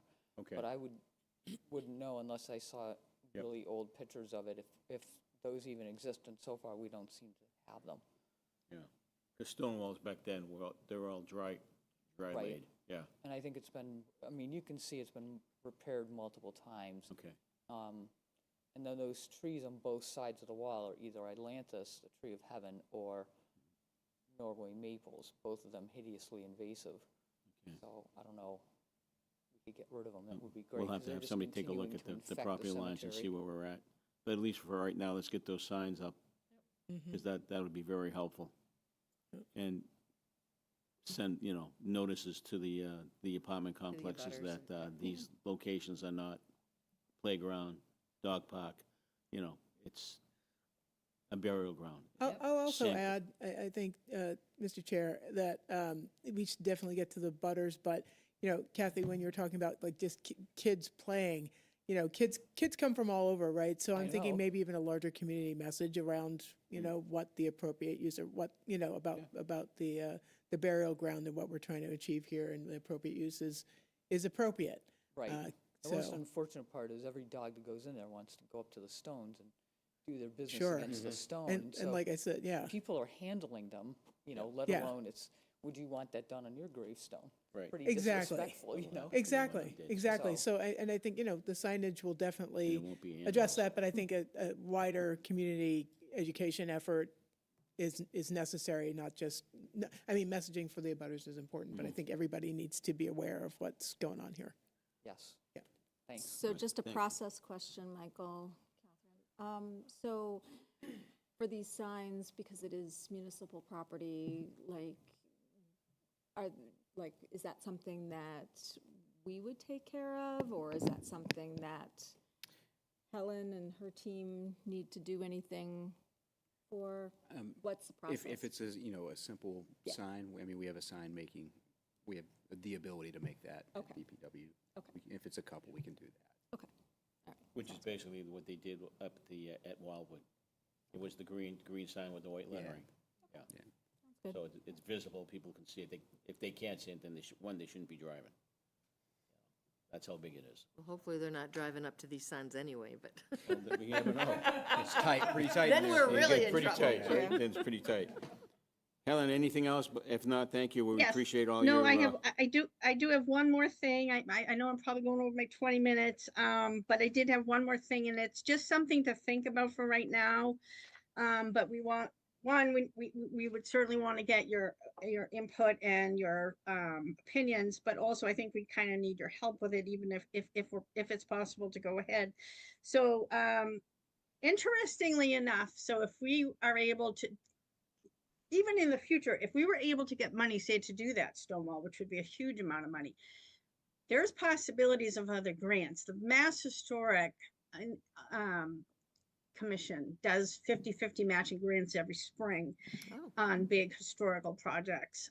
Generally, I forget what the number is that they have to be over. It might be $15,000, but it can go up to quite a large number, and it's a 50-50 matching grant. So we've taken a workshop last year to learn how to sort of apply for these things and what you need to have for these things. And one of the things you need to have, even though, believe it or not, because I did call them up again and asked, because it doesn't seem logical, but it is. One of the things you need to have on the property, even though it's a cemetery, in order to receive any kind of matching grant from the Mass Historical Commission it has to be located within a historic district, or it has to have a deed restriction. So at this point, I'm thinking that what we would probably like to put a deed restriction on the property. And we would want to discuss that with you, and also just find out what the process of that is, and your opinions on that. Helen, how many acres is the cemetery? Oh my God, you did ask me the acres, and I don't know the acres, but I do have the square footage somewhere. I just don't know if I have it right here with me.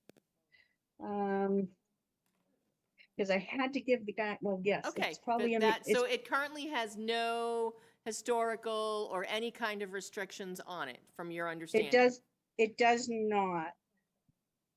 No, it does not. And strangely enough, because why would you ever assume that would be true of a cemetery? Because I always thought it was illegal to disturb a cemetery.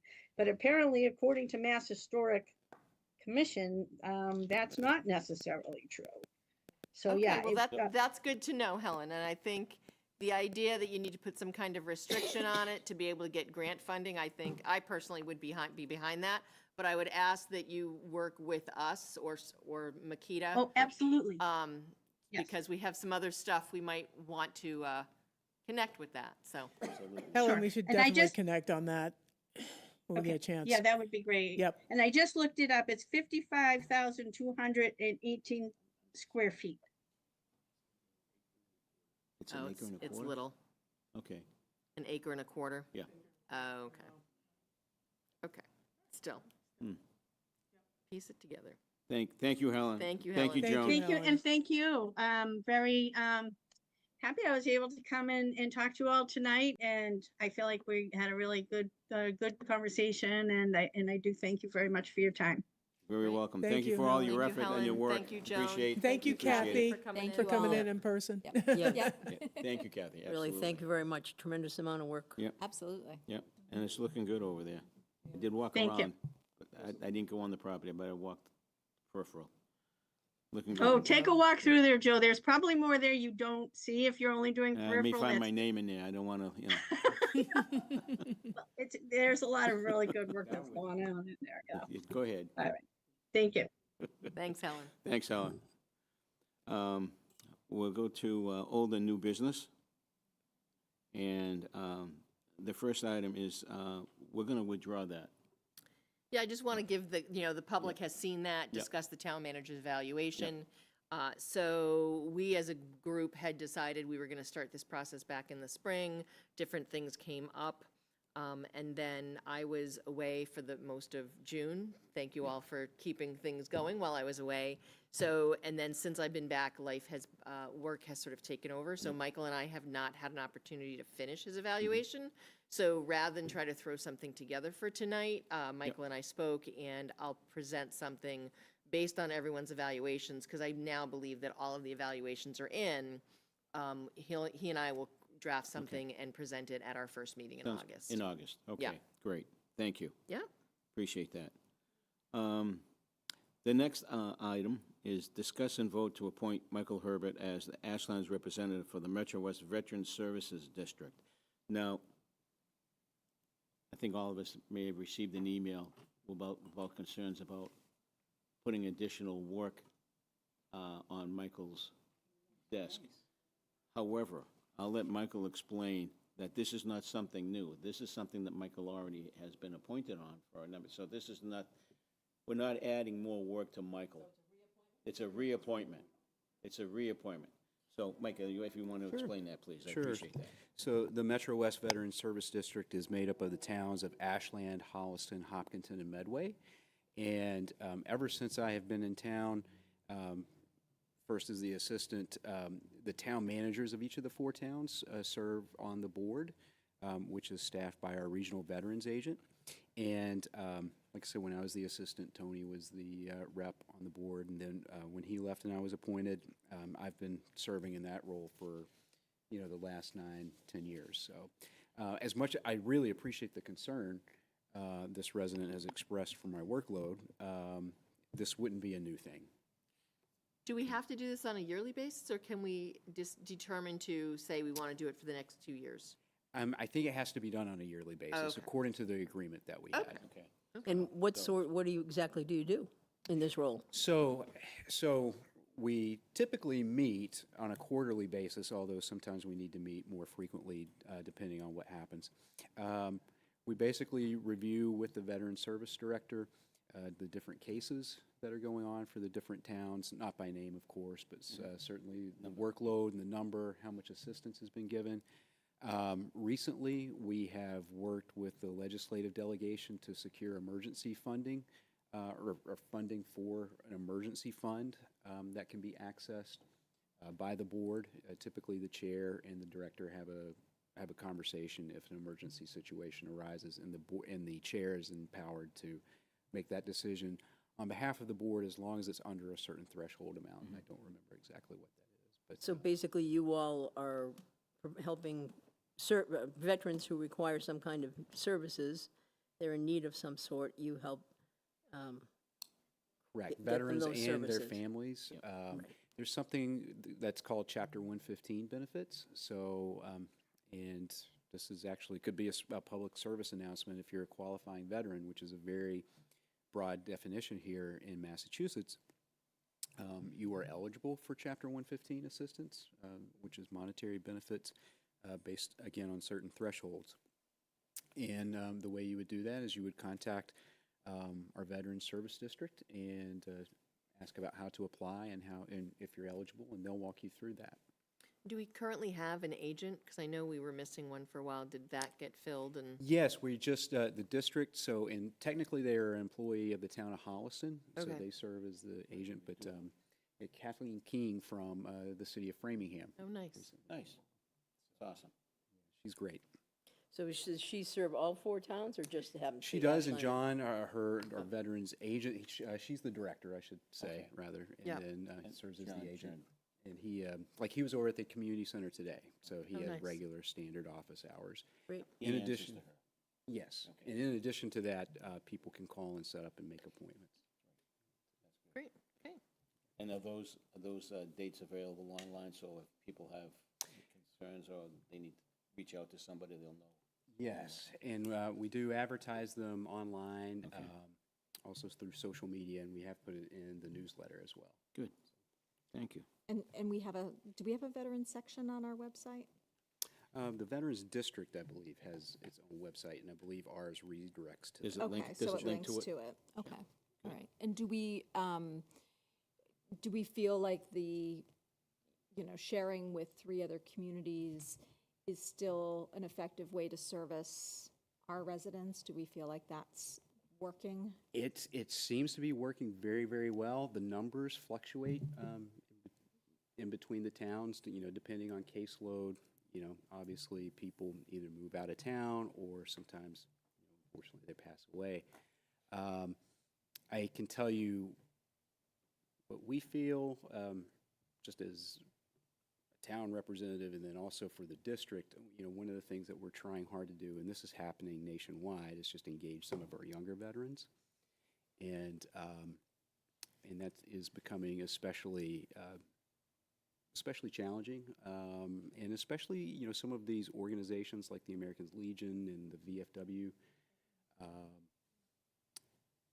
They're seeing their membership kind of drop as well. And in fact, I think actually the VFW just appointed,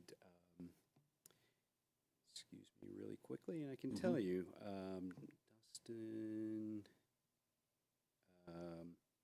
Dustin Pratt as the new VFW commander in Ashland. So his installation, I think, was earlier this week. Oh, nice. So he's a younger veteran in town, and that's one of his visions and goals Nice. as well. That's great. Very good. Thank you, sir. I would like to make a motion to reappoint Michael Herbert as Ashland's representative to the MetroWest Veterans Services District. Do we have a second? I'll second that. Thank you. All those in favor? Aye. All those opposed? 0. So it's 5-0. And thank you, Michael, for Yeah, doing that. thank you for Oh, you're doing that, welcome. Michael. It's Continuing doing it. Thank you. It's a great organization, a great group. Well, it's far-reaching, and that's, sometimes our veterans are the last ones to get any help, so greatly appreciated. Next on our agenda is to discuss the status of the Mindess Building Committee. So do I turn that over to you, or who would you Yeah, like me or, to? I mean, I think this one slipped through on the agenda because we have not had an opportunity to talk with Lisa about the specifics of this, which Okay. we were going to talk about the composition of the committee, and I believe we've had some issues gaining quorum some nights, and so So they wanted to reduce the number of committee members, is that what they wanted to do? potentially, if that can be done, Yep. potentially, yes. And then there's also a sequence and a structure that we need to do to make sure that they're voting members that are remaining. That could help make up the quorum. So if the board doesn't have an issue with that, we'll remove this for our next. Yeah, because it sounds Yep. like we still need to have Yeah, some review with additional Lisa information, before we can right. do anything. Right. I mean, certainly last night was a good example. We had a Mindess committee meeting, building committee meeting last night, and we were waiting for a few minutes for people to get Show up, online to okay. be able to make quorum. Yep. I knew there was. some- Actually, it's been a problem for several months. Yeah. Okay. Yeah, and I think Paul generally touches base with people if, so it's a lot of work for him as well. Right. Yeah, I was expecting that there was going to be some kind of number floated out here tonight, but Not wait for tonight. Lisa for that. So we haven't received that information. Okay. What would be a workable number? I don't know, I was We don't looking know. to You don't him, know yet, right? okay. Yeah, we don't know. I was thinking he Well, might Paul have hasn't offered tried. something, because he did bring this up at, not last night's meeting, but our Okay. previous meeting in June. Okay, Yeah, the June meeting I missed. all right. Actually, He if you texted don't me mind, in France. I can, Yeah, right? yeah, I'll get the text and get pulled out. He was of the texting meeting. me, I'm like, yeah, Paul, not happening. But I Sorry. will say, Paul has called a meeting next week of certain individuals on the project team to talk about the fields. Yeah. I think maybe that was discussed a little bit last. Yeah, it Yeah. was. Yeah, so that's an ongoing issue, and, Yes. it's been over a year been a now. while. I mean, it's been a while, right, since they even first seeded it. Has They the can't seem to landscaping- grow grass. It didn't grow. It didn't grow. So what about the other landscaping on the Concord Street side? Where the hill used to be and the big stone? Yeah, that was kind of a mess, I thought. recently when I went over Yeah, there, just to I- kind of look and see how the grass was doing, and I thought that was kind of a mess. I don't know if you've. I gone haven't there. been, it's been a couple of months had a since I've note had an opportunity to walk over Yeah, there, so. it, There's been a lot of issues with some of the Right. grading and water flow, and I know Conservation's been working with Concerned the about it, team, and, yeah. Okay, that was one of the concerns I was gonna ask you folks with respect to, you know. yeah, it was the kind of a mess landscaping because aspect. you know, there's an area there that was sort of created to maybe take your class out. Right. And there's a, you know, Mm-hmm. sitting area and that, and it's a mess. And then there's no grass on the fields. So now had hoped that we would have students and kids playing on there now. This Now, summer, right. yeah. And so now we're Right, kind of back. So it's definitely a problem. okay. And then I think eventually at some point, and maybe this would be something to bring up to Paul,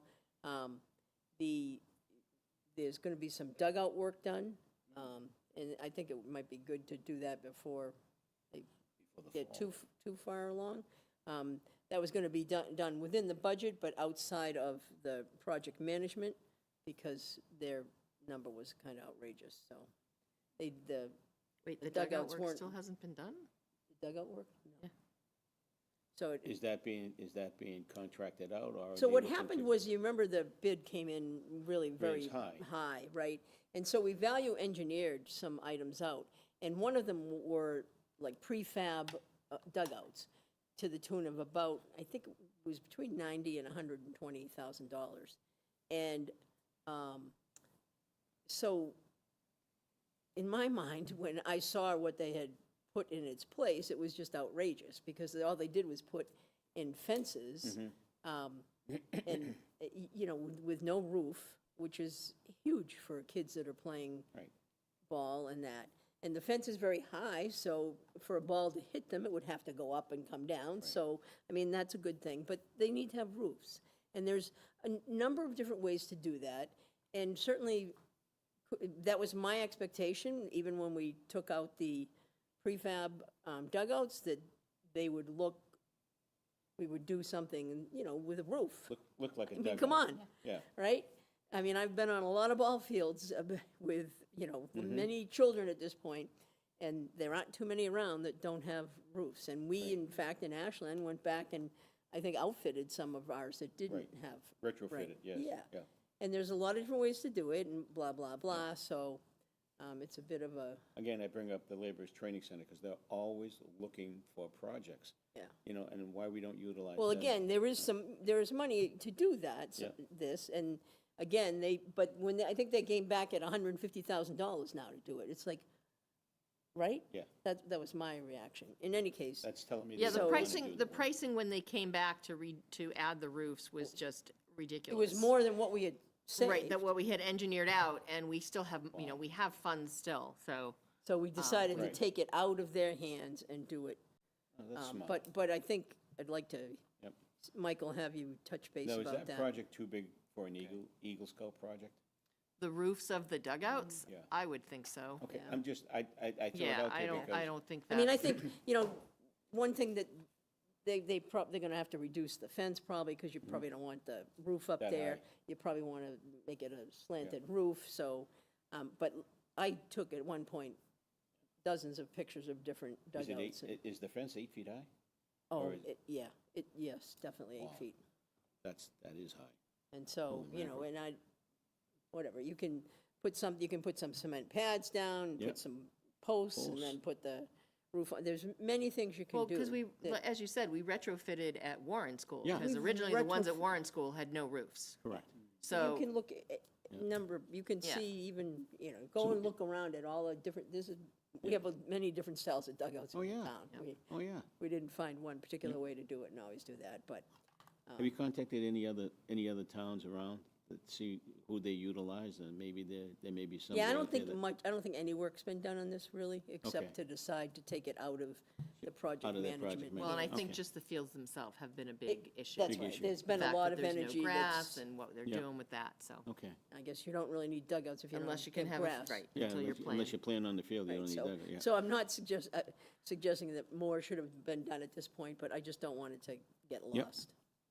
you know, it was suggested to me at one point that we could just go back to the town at some point Yep. Yeah, I don't and think have so. dugouts built, and I was like, no. No. We spent $84 million on this school, this needs to have dugouts. Yep. Yeah. Yeah. Yep. And there's I- still I money in the don't- I budget don't that's disagree not with that allocated sentiment at yet, all. so, So, not much, but. okay. Well, thank you for the update. Appreciate that. Next on the agenda is discuss the potential development agreement with the YMCA. Michael? Thank you, Mr. Chair. So I believe I sent to you an email that had articulated that Rick McPherson, the executive director of the YMCA, had reached out and inquired as to whether or not the board would be interested in working on a development agreement with the YMCA for their project, the new regional Hoyt facility, that Hoyt family facility that's coming to Ashland off of Memorial Drive. And I also sent a copy of a previous, or the latest development agreement that we had executed with UGC and the Arbella at Ashland development, so you could have an opportunity to see what's typically included in a development agreement. I would expect a development agreement with the YMCA to be a lot less cumbersome and a lot less complicated. But what they are looking for is some stability and some assurance in the fee structure. So, because obviously, like, they wouldn't even really be able to know what the building permit fees are until they get to a point where they're actually pulling the building permit. They would like to have that number kind of solidified ahead of time for their financing purposes. It also gives us an opportunity to think about things that maybe we would like to see out of this regional facility as well. I know we've talked about possibly having a preference for the field that's out back, which wouldn't be the size of any kind of regulation field, but could certainly be used for like a youth soccer field or something to that effect. But anyway, my question for the board is, first of all, do you have any questions on what development agreements are? Number two, are you interested in continuing a discussion with the YMCA on developing a development agreement? And third, typically you have me negotiate these, but if you wanted to be a part, I would suggest maybe one of the board members be part of that discussion as well. The only thing I would caution is I know all of us have had some involvement in the YMCA in sometimes an informal capacity or a formal capacity. Like if you've been on the board recently, I don't think it would be a good idea to be that person that would Wouldn't that look would work good. on that. Right. It wouldn't look good. Exactly, just from an appearance standpoint. So on that note, I'll start. So I am a member of the board of the MetroWest YMCA. I'm also on their leadership cabinet. Yep. So I feel like I can be part of the discussion, but I think when we go to take a vote, I would You would recuse recuse myself yourself. for the vote because I don't think that would be appropriate. In regards to the why and what they're looking for, I think it's going to be a great partnership for our community. In their back area, they're not putting any kind of regulation field. It's more going to be like a grass with an oval that you can walk around and things like that. So it's not like we can say we have first right of access to that Use, field because it's not going to be a typical field. But I think it would be very good for us to work with them as a partner because, as I said, I think it's going to be a real benefit to our community to have the YMCA here. I think they're going to bring people into our community. They're going to bring people who then stop for food and daycare and different things like that, so. And that was the discussion that was had on Tuesday with the Roadway Traffic Safety Committee. The number of people that would be coming to the Y Yeah, once it's built, in addition to the potential 40B at the end of the road, and how that traffic would be impacted at that intersection with the additional traffic of those folks wanting to utilize the YMCA. Yep. So there needs to be a traffic study on that aspect. Oh, definitely. So, and I don't know who's going to be responsible for that. I would think the Y would have to. It'd be like a part of a peer review. Yeah. Part of the peer Well, review, okay. is there going to be some kind of traffic study for?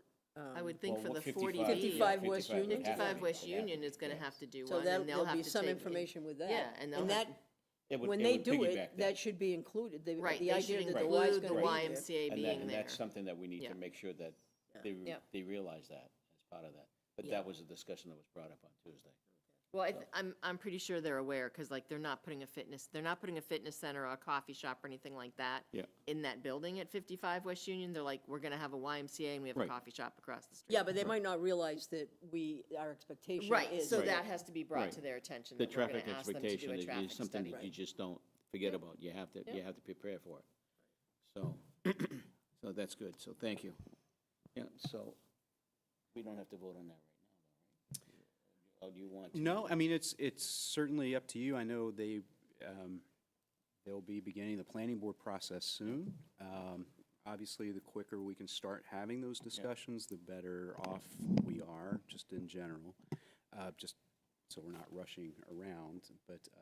Having some background with respect to that with UGC, and I would love to be part of that discussion and be part of that development agreement group, if the board feels fit to do so, and anybody else that would like to do it as well, but I just think I recommend we only have one person, because otherwise it's a it's gonna subcommittee get, and it's then gonna you get, have to post oh, that's and- true. Right. So- Yeah, you can't, That's right. in order, it would be one member, and then you wouldn't, like, officially appoint that person. Right. You would just Sure person will. would take on that responsibility. Okay.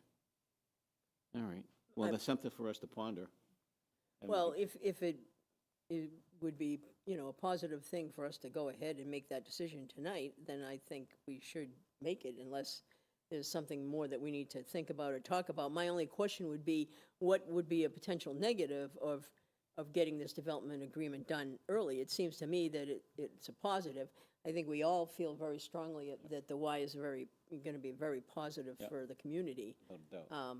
And so, what is there a negative to getting the No, I agreement mean, done early? it'll take a little bit of time. It'll take some time to develop something. But again, I don't think it's nearly as complicated as the UGC one, which took like over a year to work on. But again, that one was very complicated with a lot of different pieces. Well, and there was land, and there Right. was all kinds Oh, of stuff a with lot of that one. transactional Yeah, type of stuff yeah, I that think was in there. I We're not foresee looking that for this one's something- going to be pretty straightforward. They're looking for some reduction in fees, and they're looking to work with us to have some allowance for either Ashland residents or Right. something like that. So, and they're very open to that. It would be a very tight fit MOU. Yeah. So I don't necessarily see a negative in terms of having the discussion, starting the discussion. Obviously, what would happen is we would negotiate something. It would need to be brought before the board, and the board would need to pass it by a majority vote before it go into And then what effect. about in terms of the time? You say you don't feel as though it would be a huge time issue for you, but I don't think it would be a huge time issue for me. It's definitely some additional time, but I plan to spend some time on this project. I mean, we've been involved with it for years now, ever since. It's because Steve and I went to one of their board meetings that we were able to get the Y to come here, so, Instead of instead of Hopkinton. So just from a process standpoint, like, if you would be working with the Y and whatever terms that they would be kind of coming back to us with, would that be discussed? Like, my only concern is I don't want to get to the point where the development agreement is final and coming to us before we Oh, know no, what I the think- terms Oh, no, are. definitely not. So It's a that's, I'm process. just Yeah, talking no, no, about no. Yeah, process. it's a process. Process that goes through. So, So you don't get the total end package. You get it as it comes along. I think, And then you make a total decision. but you know what I'm getting at. yes. Yep. yeah, I would say probably in order to keep things fluid, but at the same time keep the board informed of what's going Updated. on, so it's all- not. it's all updated. And if there's any questions or concerns, then those are discussed and brought forward at that point, during that timeframe. I would say we probably have an initial meeting and kind of see what everybody's thinking, putting on the table.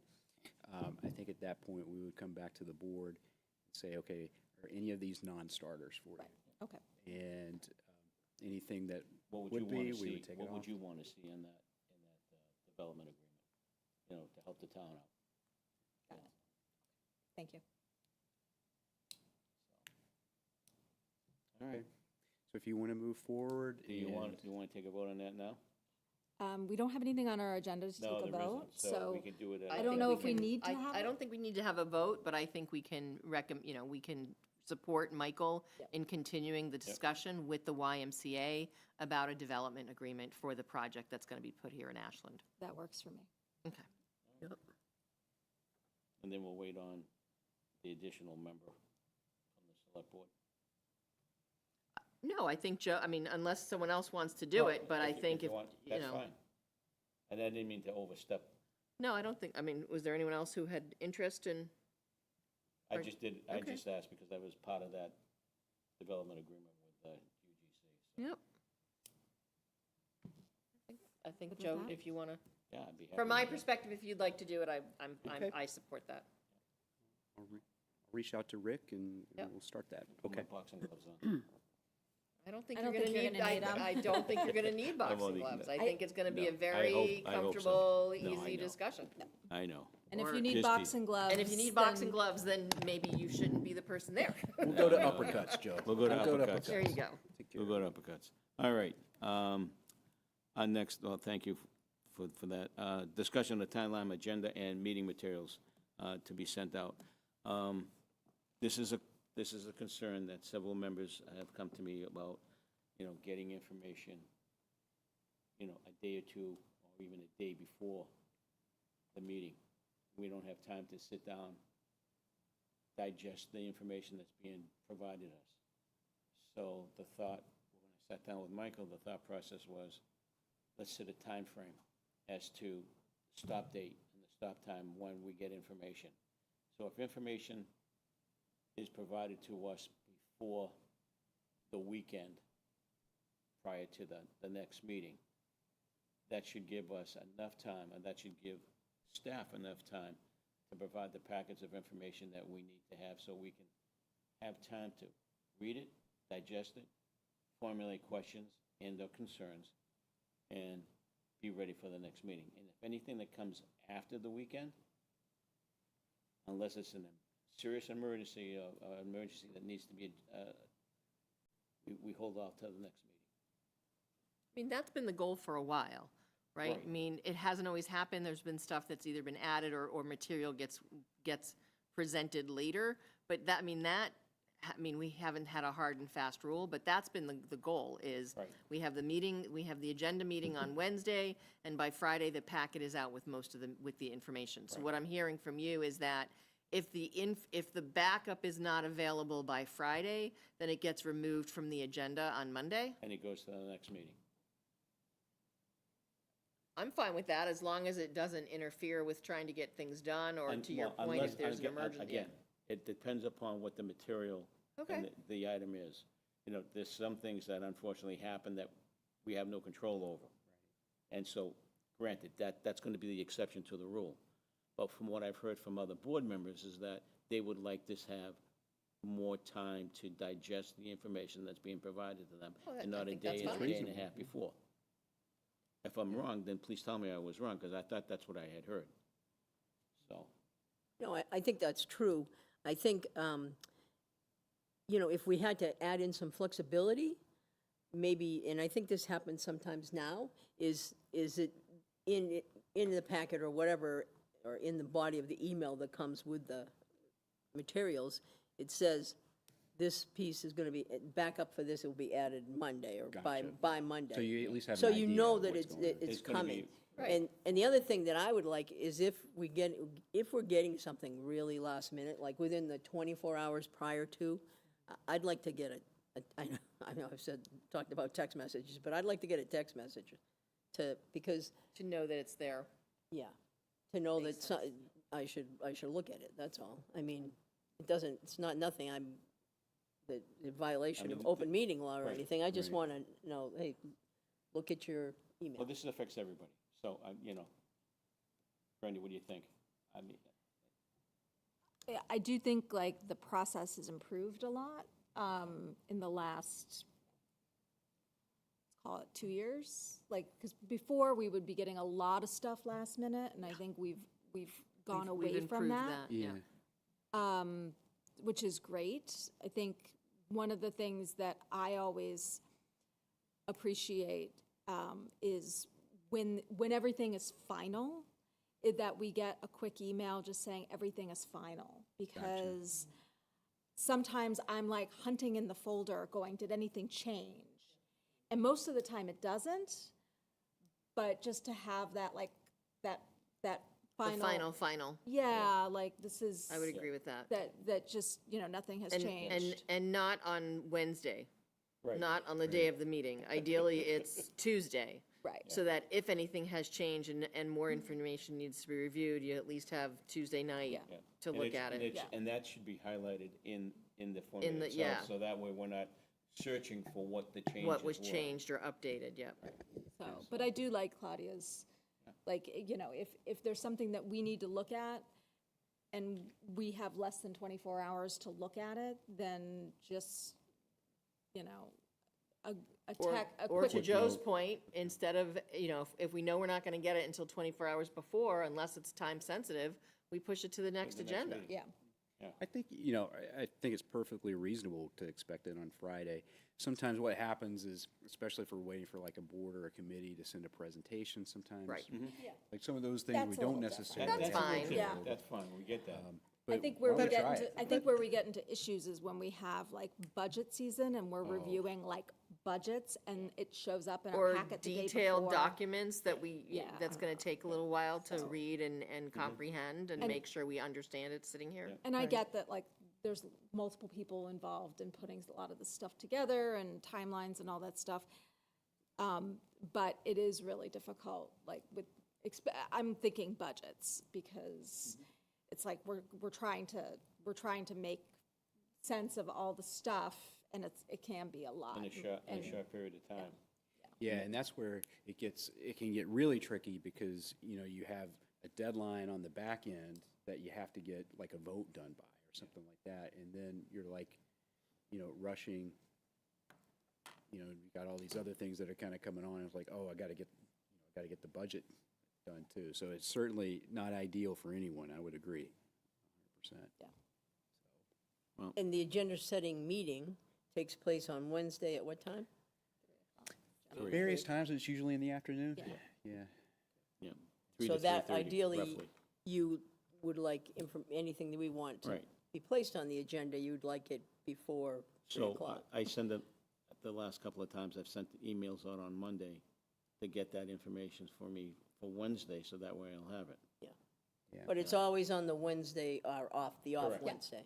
Yeah, and it's better to kind of make sure that, like, Susan and, say, Catherine have that too, just because they're working to get a draft agenda to review at the agenda setting. Okay.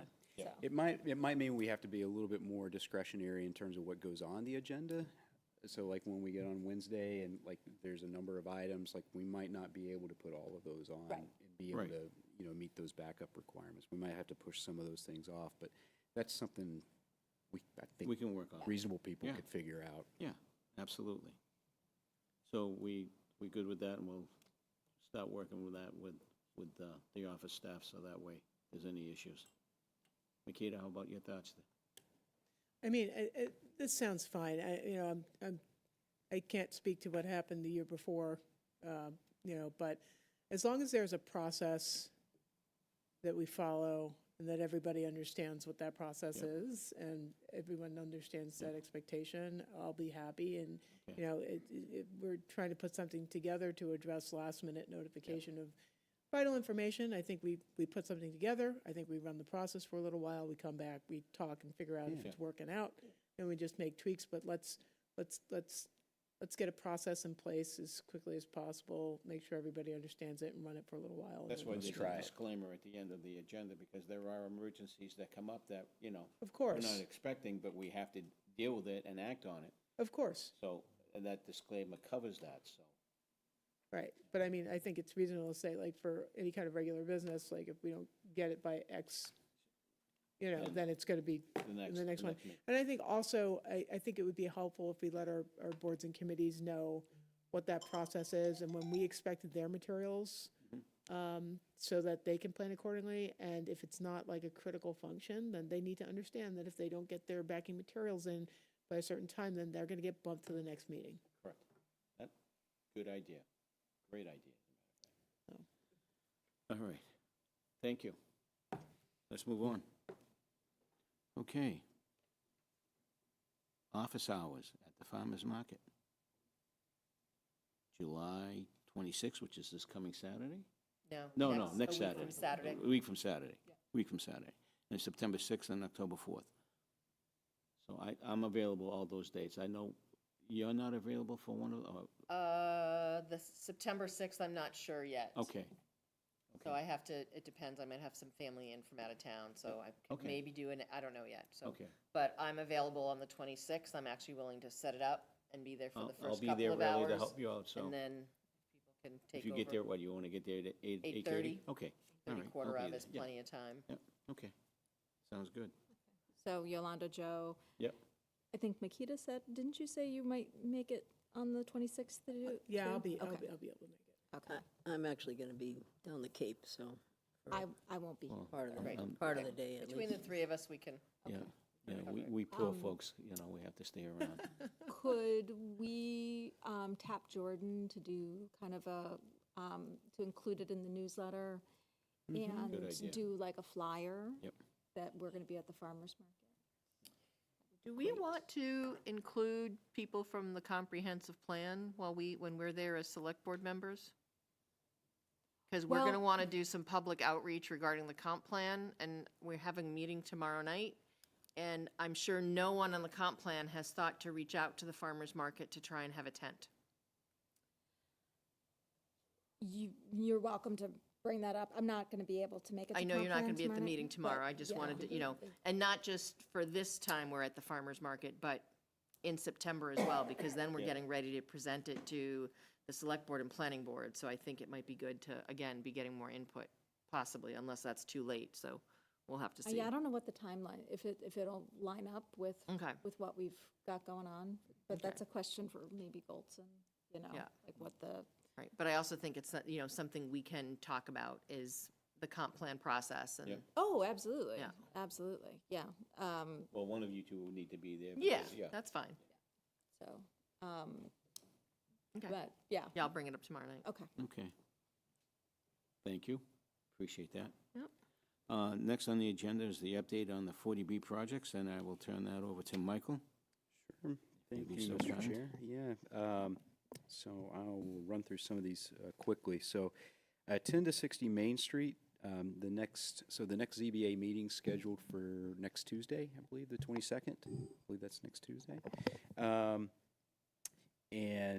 So we still have not received the architectural drawings, which I know were supposed to be on the agenda for next Tuesday.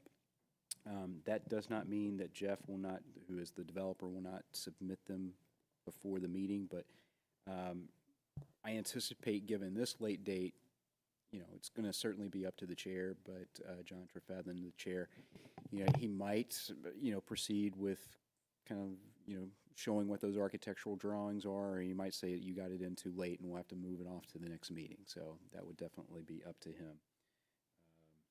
So that's one piece. 61 Waverly Street at the, yeah. So where else are they in the process? Because aren't we at our time frame for 10 to 60 Main in regards to when they applied and when we were supposed to be done?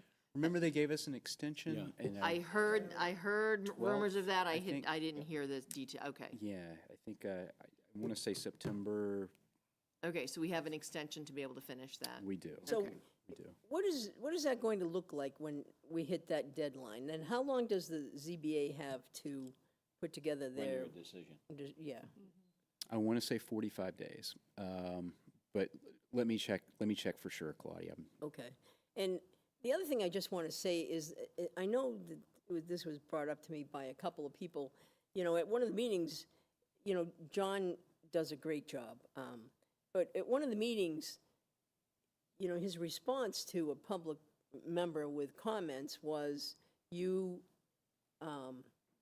yeah, that's been discussed and it's settled, and I kind of actually feel the same way, is that maybe there are discussions that go on when people bring up different topics or things that they have a problem with or that, but there's never any reporting out by the board. You know, like, okay, we had a conversation about, you know, The color of the. stormwater or Okay, whatever. whatever, And yeah. this was how it, you know, came out, or these were what the discussion looked like. And I don't know how to, you know, deal with that. I don't know how to, Would Maybe that like be a- like a- presented in the decision, when they get the decision It done? would be, and, you know, it certainly probably wouldn't be categorized, but maybe in the minutes as well. But I think, Claudia, what you're talking about is just maybe a rundown list of like the yeah, I outstanding mean, like somebody issues. said, I forget what they in particular raised, but they had some comments, and John was like, well, that's been worked on and decided, and we're moving on. And, you know, I didn't feel like that was the way to handle that. I mean, I know they have a lot on their plate, and it's been a long haul, and But there's, it would be nice to know what, yeah, it what the would be nice to decisions know were and when the how they came different about. aspects. right? I mean, we want to talk about transparency. I mean, they throw that out to us all the time. Well, hello. I mean, how does everybody know when something, you know, I guess on some level, you don't know until they're render their Right. decision with the Right. conditions, right, or without conditions, or however, but it would be nice to know that something was addressed with the developer, you know, in some kind of a meeting, 'cause, Yeah. you know, I didn't, I can talk to Beth and Jasmine and John about like an ongoing issue list, maybe, that would Or have an status. ongoing what's been resolved list, Resolved. right? So that people understand, okay, that, you know, this section of the building's been resolved and done, and either. we're well, not, you I know, or think some- you need to be careful saying resolved. There might be a piece that's they've not, or come to an agreement, or they have come to an Right. agreement, because now it's gonna move forward as is. Right. Yeah. I guess that would be, you know, helpful. It's kind of like, you know, in union negotiations, when you're going through, and there are some things that you put tentative agreement on, but it's subject to the whole The terms that- package yep. being.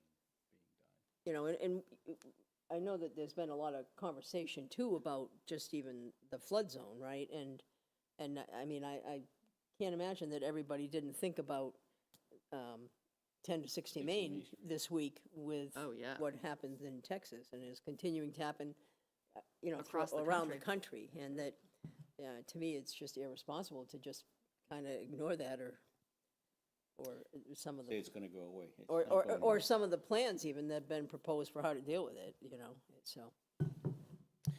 So there is, like I said, I'll talk to Beth and Jasmine about seeing if that's something that we can enumerate, I think, a little bit better. So the, you know, everybody, the public at large as well, could have a better idea of what's been, what issues, where the issues stand, I think, on certain ones. I do know that they, you know, still need to go to the Conservation Commission. And I think, you know, Concom's probably going to require their own peer reviewer, as opposed to using the one that was done through the ZBA. But, yeah. You know, a conversation too about in what order that should happen, right? It is kind of, I can see both sides. I mean, on one hand, in some cases, it would be beneficial for them to track roughly along the same course, but at the same time, I can understand wanting to have the site plan kind of finalized, because then you'll know what needs to be, like, what needs to be mitigated or what needs to be addressed from a wetland standpoint. I would think, though, from a developer's perspective, is if they could be working with Concom at the same time, because most likely they could have it complete almost with ZBA. but they're the and ones then- that don't want to do that. Conscom wants to be involved now, Oh, and they have balked at that. oh, It does seem like it would make sense, right? I would think, because we know conservation's going to have certain requirements that, you know, because of wetlands and you know, flood zones and floodplains and stuff like that. The other thing, so what is happening now is that John Trefethen, myself, Jasmin, Beth, Melissa, and Brian Winter are meeting on Mondays to talk about the next day's meeting, ZBA meeting, where we're talking every Monday, just to coordinate efforts and, make sure follow-up items are being followed up on. So one of the things that we talked about this past Monday was, there were some questions that Brian had asked of the developer, and the developer had sent a response. I think we owe a response to that as well. So that should be upcoming. And are those on the website? Those are on the Okay. website. The thing is I know the planning department had sent out those comments from Jeff to the different boards and committees, and I know some board members, some committee members have spoken individually to John or reached out or said something at meetings, but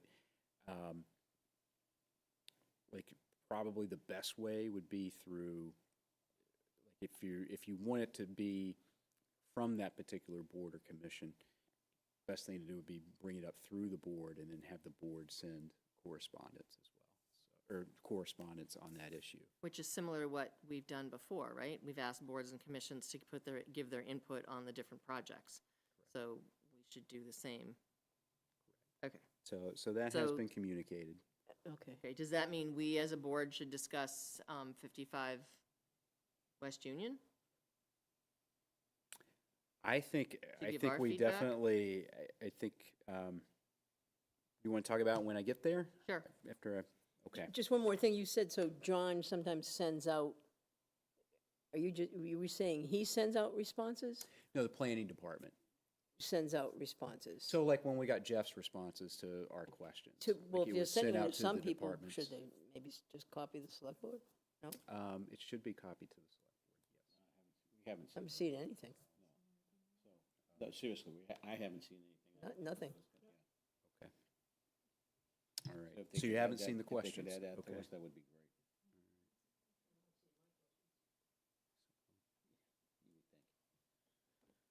Claudia, yours did get asked, though, didn't they, as part of the, that? Okay, all right. That Brian was, he asked most of them. Okay. I just say thank you for doing that. Welcome. And then 61 Waverly, I know at the last meeting, the peer reviewers, civil and traffic, they had received supplemental material from the developer and had, and my understanding is that the developer has agreed to all the changes that the peer reviewer had asked. So, so that seems to be marching Who forward. was that traffic consultant? I'm going to say it's MDM. Michaud, yeah. He's Michaud, okay. So we still have the same. Bob Michaud. And then on 55 West Union, so we did get an extension, a slight extension to open the hearing date on August 12th. Nothing major. But, Could I go back to 61 Sure. for a second? And I apologize, Board. But Tuesday, we discussed 61 Waverly Street as a result of the roadway traffic study with the intersection and how that would be impacted by that development, because they changed, or they added a new entryway as well, entry and exit way, on the East Union Street side. So for What do you mean people- they added one? They only had one entryway at one point. Okay. Oh, so they've now- added another one? Yes, and it's on the East Union Street side. Wait, then, so there's three now? Three. No. I thought they got rid of the one at the high school. That's not what I was told on Tuesday. One was gated as an emergency, Okay, and then you had two access ones that were available. right, one that they then had lined up with the high school, and Right. one on the, on On I Waverly forget, Street. on Waverly Yeah, Street, further- on further down. 135. Yeah. Right. Further down Which is towards a Cape. right turn only, right?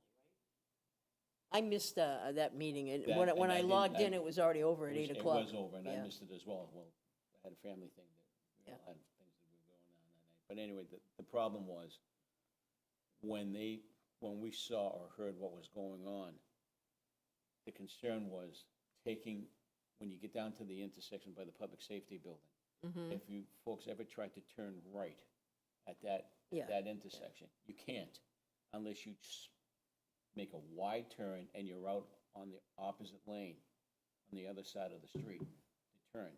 So you're actually in the westbound travel lane. Oh, so you're coming from the high school and you Right, want and to you wanna take the turn wanna go right east. to Right. go east? Yeah. Okay. Yeah, I told you that I watched somebody backing up. Right. Because they couldn't make it, Correct. because there were cars stopped. Right. On the westbound side, Right. and they had to back up. And Because then they I had to- watched somebody else yesterday, Yep. very similar problem, trying to make, But yeah. to change that intersection, you have a 5-foot drop from East Union Street to Waverly Street at that Yeah. area, which means you're gonna have to ramp everything down. So if any changes needed to be Oh, made. that'd be a at that- major Oh, construction. You're looking at a $3 million job, Right. and that's the bare minimum. That's the bare minimum. And probably some taking of land. Oh, absolutely taking the land. Could they push back the stop line as you're heading west on Union? Line of sight, well, you could, You but at you the have a same. light.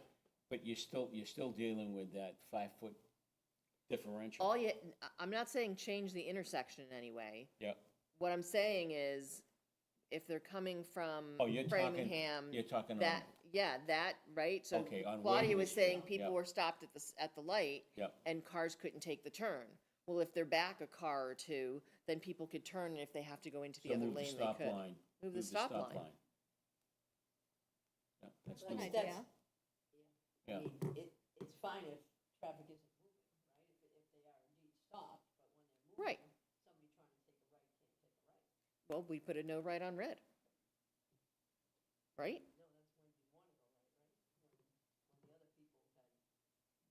Yeah. Well, I mean, No, that- so if I have a red light, I'm coming from the high school, and you're on East right? And I Union want to Street. take the right to go east. If you make that no right on red, and the stop line is back further, I mean, I'm sure our traffic engineers could figure this out, so. But you could do no right on red, but when do you take, if the green light is there, right, to go straight, but then the other people in this other group, if you're trying to go right, you can't go anywhere, right? So now you can't traffic isn't going to flow if somebody's Well, trying to go you're right. doing it when the light is green, right? Light turns green, and there's already a right turn at the bottom of that, right? So light Which is- turns which is the- green, which is the everyone concern. can go, and if the people on the other side are back further, then you can make that right-hand turn. And when the light turns red, you're not going anyway. I don't know. Like I said, Yeah, I I think don't our know. traffic Yeah, that might engineers can work. figure It might something work. But that- out without it having to could. spend $3 million. Or if we have to do that, then we put it on the Have them, developer yeah. and say, we That think, becomes- well, we that's think what the we were intersection's gonna be impacted by your project. That was one of the matters that we were discussing, is that at some point the developer's gonna have to, and that could be part of the development agreement, that any work that needed to be done. Any change to Michael, the do intersection's you gonna be know, on you guys. Is the exit on Waverly Street, is that, you can go right or left from there, do you know? I believe this, I was just looking at it. I want to say there's actually I want to say there's two, I'm sorry, entrances and exits. Because we received an email today from someone about a pole being in the island where people need to make a turn, and that if there's big trucks trying to go in and out, they're gonna hit the pole. That's on I the East haven't Union. looked at it. in Yeah, the detail. pole, I On think there is East a pole Union, that on needs East to be Union. moved. Yeah. And I will tell you right now, that was part of the discussion on Tuesday, even before we got that email. And Mike Duca corrected us on that when the high school was built, there was a discussion about changing the intersection to begin with because of the school buses. And that would require that those two poles, the two Eversource poles, if you go down there, you see they're side by side, Eversource has no intentions of moving those poles. No, that's not my understanding of the email that we got. My understanding of the email that we got is that that in the new plans, there's a pole In the center. in the center of the exit from the new apartment building. I haven't seen, That I was did the way not I see that understood yet. it, too. And that pole could be an issue. Why would you put a pole in the middle of the Oh, because traffic? probably the pole's already there, that's probably the Right. issue. So, Okay. anyway, Oh, was that the email from Roberts Road resident? Yeah, yeah. Okay, yeah, okay. I don't think it's a right turn only. okay. It might not be, it might be that it's for entry into it, is it? I don't know. I'll So, have to go back and look at it. so has that intersection been thoroughly discussed It was as part thoroughly, of the Project. project? Again, it feels like it just gets, getting pushed away. Well, like, I don't know, like, my question, you Yeah. said that the developer has been pretty amenable to everything that the peer reviewer has said. Has the peer reviewer brought that particular issue up? I haven't had the opportunity to watch any I've of seen these, one so- about the pole. I've seen an issue about the Okay. pole. And, No, I'm asking, like, did the peer reviewer talk about? Did our traffic study Yeah. person say, As of Tuesday, when I asked that question Yeah. to Doug, that had not been brought up. Okay. it's more, it's almost as if the way they have it set up is that, by the way, nobody's gonna be going down and trying to take a right. They're gonna Sorry. use these other two exits, and well, if they of course. wanna go towards Framingham, they're either gonna take a left onto East Union and go out that way, or they're gonna come down to the Waverly Street exit and take a right, Oh. which would make sense as being wait, isn't perhaps it a the other way better, around? Yep. if you don't wanna go to Framingham Right, so if you're coming out of the complex, you're gonna just go to Waverly and take a right. and take the right. Yeah, Okay, and if you wanna go west, you'll come up and come out East So Union. it seems, I see. think that is the rationale and why it It is what it it is. is what it is. like, I think they moved the entrance to the Waverly Street one, the Yes. driveway. And then they also put like a to adjust for the sight lines. And then also they put in a pedestrian crossing, one of those lighted pedestrian crossings. Which, near it okay, as well. on which street, East Union or on Waverly? Waverly. I think there's We get one them to also put on a East Union. sidewalk in? I was think there's just gonna one say, in there's no East sidewalks there, so why the hell are we putting a pedestrian crosswalk there? Okay, well, that's something for us to follow Well, up because on. some people may still wanna walk, right? And you're gonna wanna cross the street and walk against traffic. Take your life in your hands, like Yeah, walking along. absolutely. People do it now. Well, part of that letter that we received too Yeah, talked talked about about- bicyclists, right? And Well, I that's have something looked that's- at that that's- since we got it and went, ooh, yeah, I Well, wouldn't that's want to part be of riding the my bike development down here. agreement that we sit down and talk with the developer. This is all in front of his property. Guess what? You put a sidewalk in there. So, but we're not going to have a development agreement, Joe.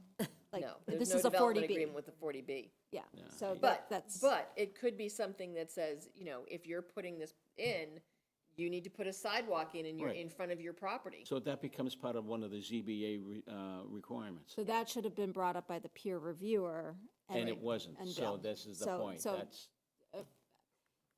I believe Yeah, me. no, I know, I'm just You're talking dealing process. with my frustration No, from no, the no, I earlier know, I'm just traffic talking study. process Yeah, because, no, and I appreciate that. so, Well, that was why finally Mr. Winter, Attorney Right. Winter, actually raised up some of those issues to get them on the record because the peer reviewer has not been now are very you talking proactive. about Waverly or are you talking about 10 to 60?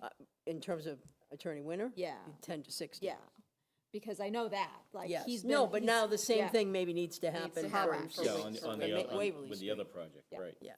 The other projects, right? Projects, yes. I do, I don't want to necessarily set an expectation here, but I do think that with a full team in place, I think the discussion, the work around 55 West Union, I think you will see will be a lot different than these Yeah. other two. Now, is it too late in the process to kind of, because Waverly Street's kind of coming towards conclusion, right? Is there still room to be able to address these issues, is the question. Waverly? Yeah. I think until the decision is written, and as long as the public hearing is open, which I believe it is, I think there are still opportunities to raise that. Okay. That's my non-legal opinion. Okay. So, So, like you'll talk to our attorneys and try to, okay, that would be great. yeah, if one of you wants to just maybe summarize real quickly, just kind of like the points you want me to make for sure, just so I have them all. For Waverly, that would be, or if you all just want to send me your points, I can consolidate those. There was a big issue initially about stormwater? And has that been resolved? Again, it's another one, it's like, okay, it was brought up, how do, where are we on it? I don't know. I don't know about that particular one, the stormwater one. But I do remember it was being big, an issue. right? Yeah. Because I think there was and the major one issue like now is literally like a storm drain It's a that was huge supposed to, basin. yeah, that Oh. was supposed to like, You're talking that they about the called drain. the basin and it was literally like a little storm drain, right? Yeah. Well, there was the catch basin that needs to be cleaned.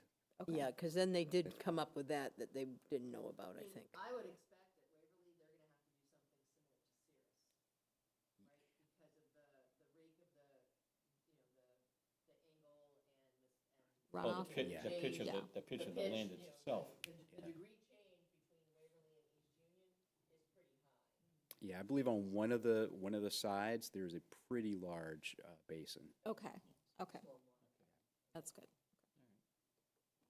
We'll just keep tabs on that, and if there's any other questions or concerns, get them out. Yep, So okay. they can be part of that discussion. Because if we don't open our mouths, the opportunity goes by. We don't want that to happen. Yep. Okay. 55? Yeah, I think we should have a discussion at our next meeting Okay. in exec about Okay. that. Okay. About that one. It was kind of surprising, right, Yes. we didn't expect that according to what we had been told, right? Yeah. That is correct. And that was an issue that came up with respect to the traffic flow coming in on Memorial Drive. One of the many discussions that was had, which I brought up earlier about when we talked about the Y and how much traffic was going to come from the Y coming in. Mm-hmm. So that'll be all part and parcel. So executive session at our next meeting? Yeah. Okay. I've got just a couple questions. Okay. I want to talk to the board about. 6 PM work for you folks for an executive session? Yes. Okay. All right. So we'll hold off any more discussion on 55 until executive session. And then if you guys have any questions, jot them down and get them to us. Yeah. That would be greatly appreciated. Okay, consent agenda. I move that we approve the consent. Hold on one quick second, I'm sorry. We already took letter H out. Yep. But I'm asking to remove letter G because there is a change in the date. And the change of the date is Labor Day weekend, and there may be some concerns with police and fire. So I'm asking if we can take this. Remove out as well. Right.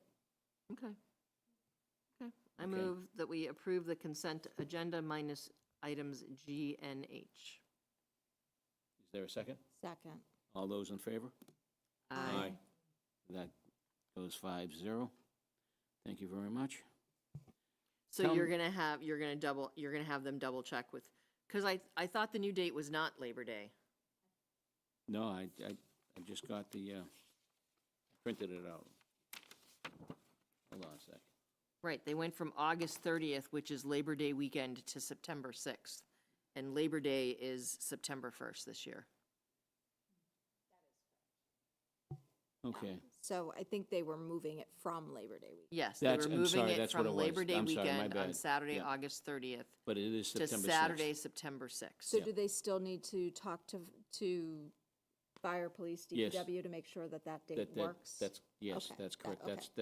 That's the information that was provided to me today. Gotcha. Okay. Thank you. Okay. Town manager report. All right, thank you, Mr. Chair. First up on the list here is an update on our board retreat. I think overall, just reflecting on it over the weekend, I thought we had a very good, and it was a very long session. So I appreciate the time that you spent, as well as Beth, Paul, and Catherine in going through that. I felt we got a lot of things out there and discussed. We talked a lot about kind of project workload. We talked a lot about kind of the history of our staffing levels and what that looks like now and what it looks like compared to some other communities.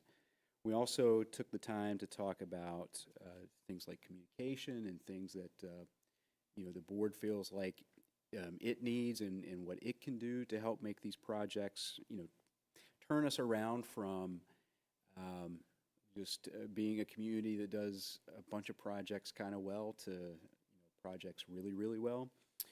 I do want to say I just reported to the staff on Monday, actually, the support that the board had showed in terms of reducing our project load, and especially, again, reflecting on it, I really appreciated, Makita, your suggestion about, when you look at splitting up your time, making sure that you're leaving enough time for unanticipated things that might come up and doing more proactive and professional development work as well. And then I think we spent the afternoon working collaboratively on developing this project evaluation matrix, and I feel like we co-created something that we all feel invested in. Hopefully you all feel the same. And so I will have a nice clean version of that that reflects our discussion and reflects what we agreed to at our next meeting to just make sure that everything looks good before we start utilizing it and start putting the projects through that evaluation matrix. But overall, I felt, again, it was a long day and appreciate your time, but I felt at the same time it was very productive. So, I didn't go home. Hope nobody went home feeling like, oh gosh, I just wasted a Saturday morning and afternoon. I felt good, and definitely appreciate the support the board showed for us and the team. It was definitely heard and appreciated. Michael, I just have a question about that. So now that we kind of have developed this matrix, and you're going to present it to us in the finalized version at our next meeting, when is it going to actually be When are we going to use it? Yeah. So I would suggest that at our next meeting, we make sure that it reflects everything that we talked about, and then I'm going to go through that project list, and a lot of those things we have to do, right? Either because they're mandated or because we're halfway through them. But there are some that are in a stage, an inflection point, if you will, where we can take a pause. And I would expect that, I think we both agreed that we would, the board and the staff would together score those individually, and we'll bring them together, and then we'll see what that looks like. Then we can go back and say, okay, well, what kind of capacity do we have to do these? So do you think we'll have that done by the middle of September, by our second meeting in September?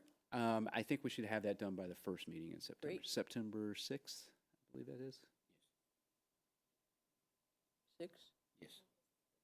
Third. Yeah, September. it's I'm the thinking third. August. I'm getting I know August it's 6th and August September 6th. 3rd. We have September family 3rd. coming in the 4th. Yeah, so. so if we get the matrix, if we get the heuristic on the next meeting, that should give us plenty of time to be able to pull that together. I mean, unless folks have concerns about, yeah. But it looks good. I was looking at it again and kind of, after we made the changes and looking at a clean copy put together after our meeting on Saturday. And yeah, I think it's going to be a good instrument for us to use. Also, it's a very transparent way of doing things, a very, very clear way of doing things as well. So I think it'll benefit the community. So thank you. And then next, so at Keefe Tech, our friends at Keefe Tech, they were awarded a pretty large career technical incentive grant award, so $575,000, and that allows them to do training, and in 3 specific areas: electrical, HVAC, and plumbing. So it's going to allow them to take 60 individuals and train, or who are underemployed or unemployed, and train them in those trades and get them to move forward. And then I will actually have more updates on Keefe Tech at our next meeting. Hopefully some good news with regards to our Keefe Tech assessment. That's part of our FY26 budget. But then also, as they're preparing and starting to talk about capital projects and potentially even an MSBA project, we need to talk a little bit about that and what that would look like. And then also, the Board of Education has also changed things around for their admissions process to where it is a lottery process now. And there are concerns that we should have as a community regarding that, and considering the number of applicants Framingham has into that system, it could be where, some of the smaller towns could be locked out from year to year. Plus, we'll have no kind of idea what our budget is going to be from year to year, if it's going to be a lottery standpoint. So Superintendent Evans and I talked about ways we could maybe. Would it be a lottery every year? Be a lottery every year. Which makes no sense, because, lottery for like just the incoming class, because if I'm going in as a freshman. I'm sorry, that now, okay. now I see what you're saying, yes. The incoming Okay, because class. like if I go in as a freshman and I have to put my name in to see if I can be. Year after year. Year after year, No, okay, no, so you're it's in. lottery to initially get into their program. Well, can't you just assign X number of seats based Yeah, I on was gonna population say. for each town and then do a lottery within that community? Not not right now. We're going to talk about the potential of changing the regional agreement, which would need a town meeting vote. So to it's allow not that. lottery now, right? Now kids apply, and as long as they have space, they get in. Space and whatever formula they use. The lottery, though, is a very different formula than what they're currently using. I think the issue's been really caused by problems in other communities where, they kind of pick and choose, and some people are kind of kept out. So has any Ashland okay. resident not been accepted or been denied access? Some of to- the, to some of Keefe the Tech? Not that I know of. technical schools now are very popular choices for Right, students, right? right. I mean, and so I think in some communities where their technical school is very popular for whatever reason, it's, they're trying to address. I think it's also Access. a popular option, just from what I've heard. So there's, kids that go to like, say, St. Bridget's, and that they opt for Keefe Tech versus Going back to public school. going back into public schools. So,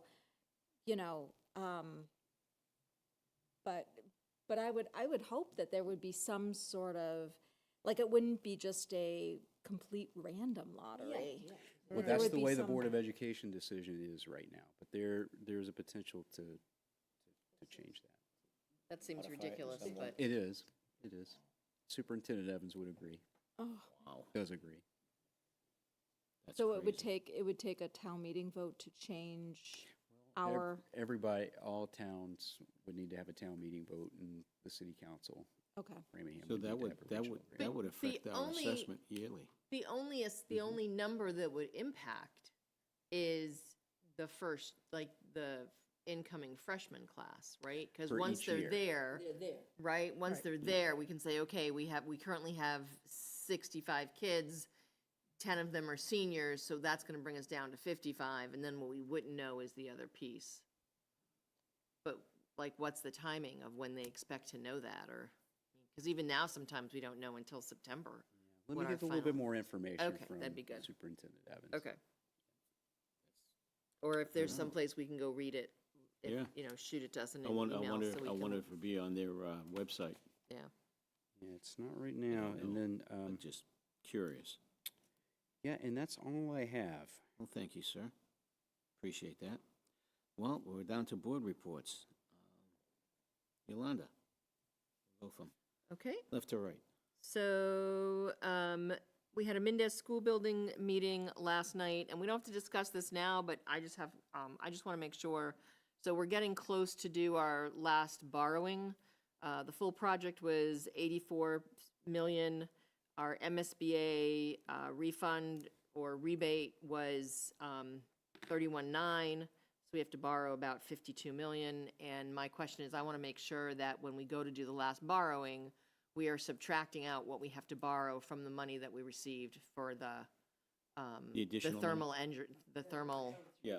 Yeah, it's the like green- $3 million. the green- right. So, Yeah. again, we don't discuss it tonight, but if you could just let us know where things are at our next meeting, and, because I Yeah, know you said we're- we're borrowing in September or something. Yeah, we're borrowing, so we've got things going towards bond council, and I think I shared with you on Saturday, I think the savings we're anticipating is Yeah. about $40 for the average. Yeah.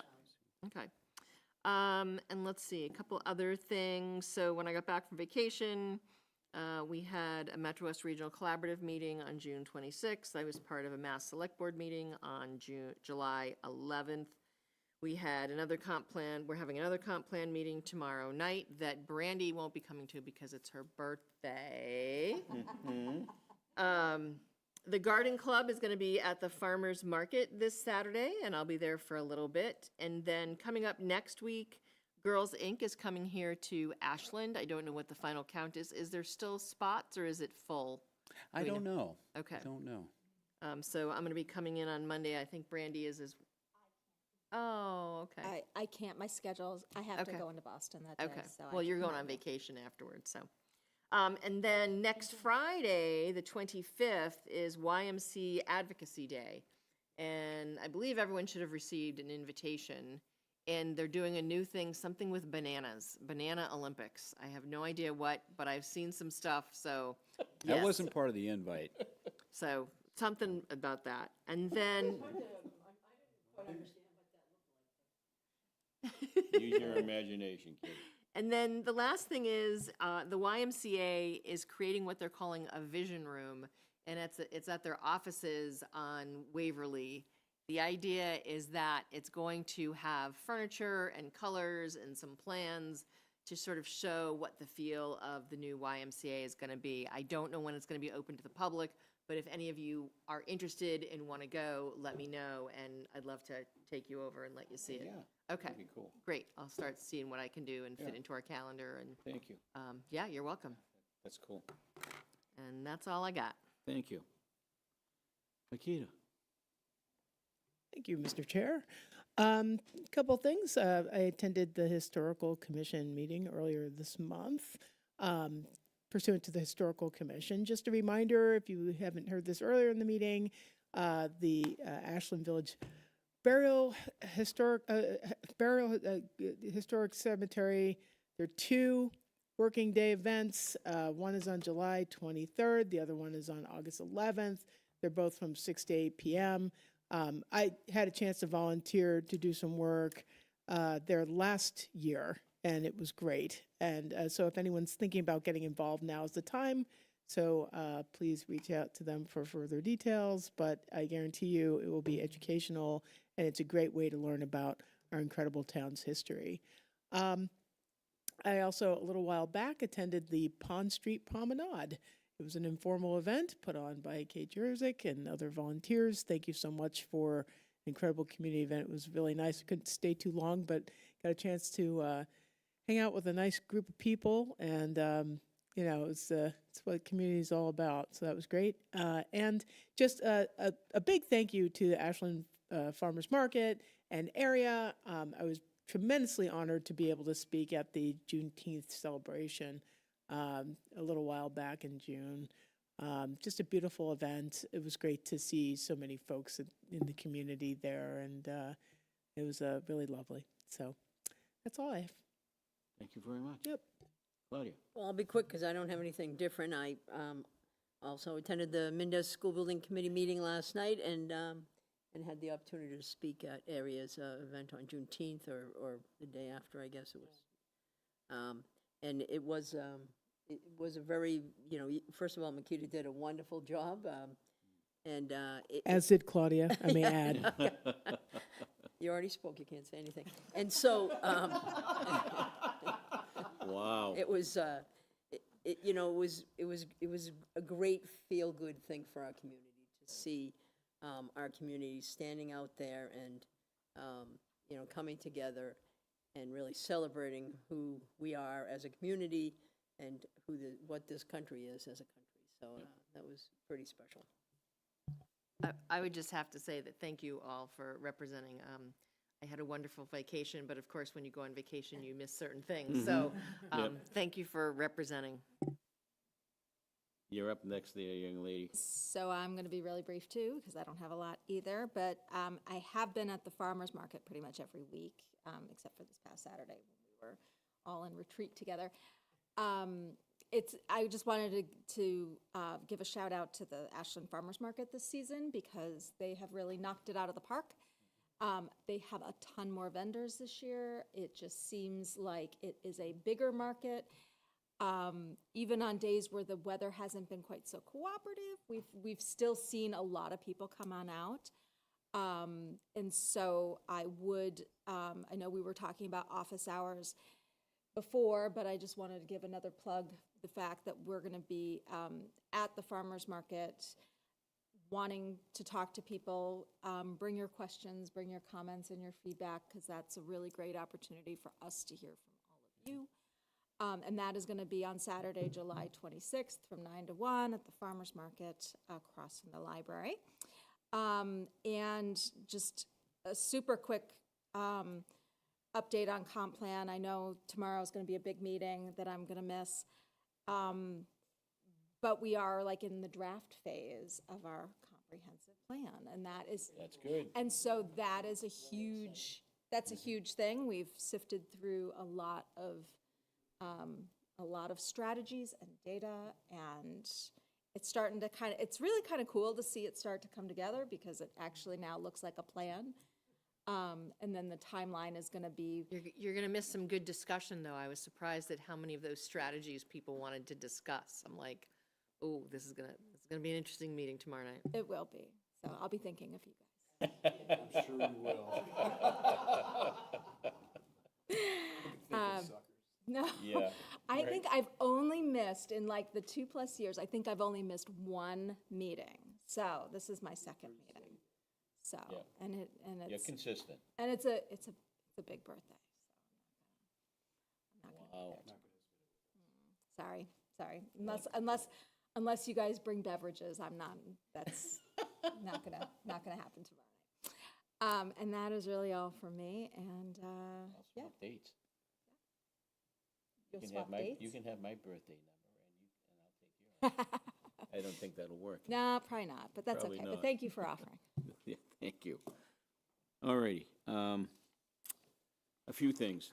First of all, I would like to send our condolences as a board to 2 former Ashland employees who has since passed away this week, which is quite unfortunate. Judy Belcher, who worked for Ashland for a number of years with the DPW and food pantry. She had a long struggle, and she was a wonderful person. And Sandy Ferris just passed away. She was a kindergarten teacher for many, many years in Ashland, and a wonderful person. And the likes we'll never see again, for sure, for either one of them. So my condolences to their families and their relatives as well. Summer concerts this coming Tuesday. It's a new band. It's an Indian band. It's Bollywood, Indian and Bollywood festival. So be there or be square, as Otis says. You know. Yeah. And it was so that's one of the other things. And the Ashland Day event committee corn sales. We can't keep the corn in the store fast enough. It's incredible. I keep buying it. We appreciate it, and that helps support the summer concerts and the Halloween parade and holiday lighting with Santa down by Montenegro Square. We will continue doing that, and we have monies left over. We will, though we maybe suspend, or you guys are going to work on something, that's great. Any monies we have left over, we'll continue to move forward. One other thing, personal note. I worked for this gentleman for close to 22 years. He was my first police chief. And I have to tell you, he was a man that just, I'm sorry, I'm going to lose it. He was the epitome of what a police officer should be. He was fair, he was tough, but he had respect for everybody.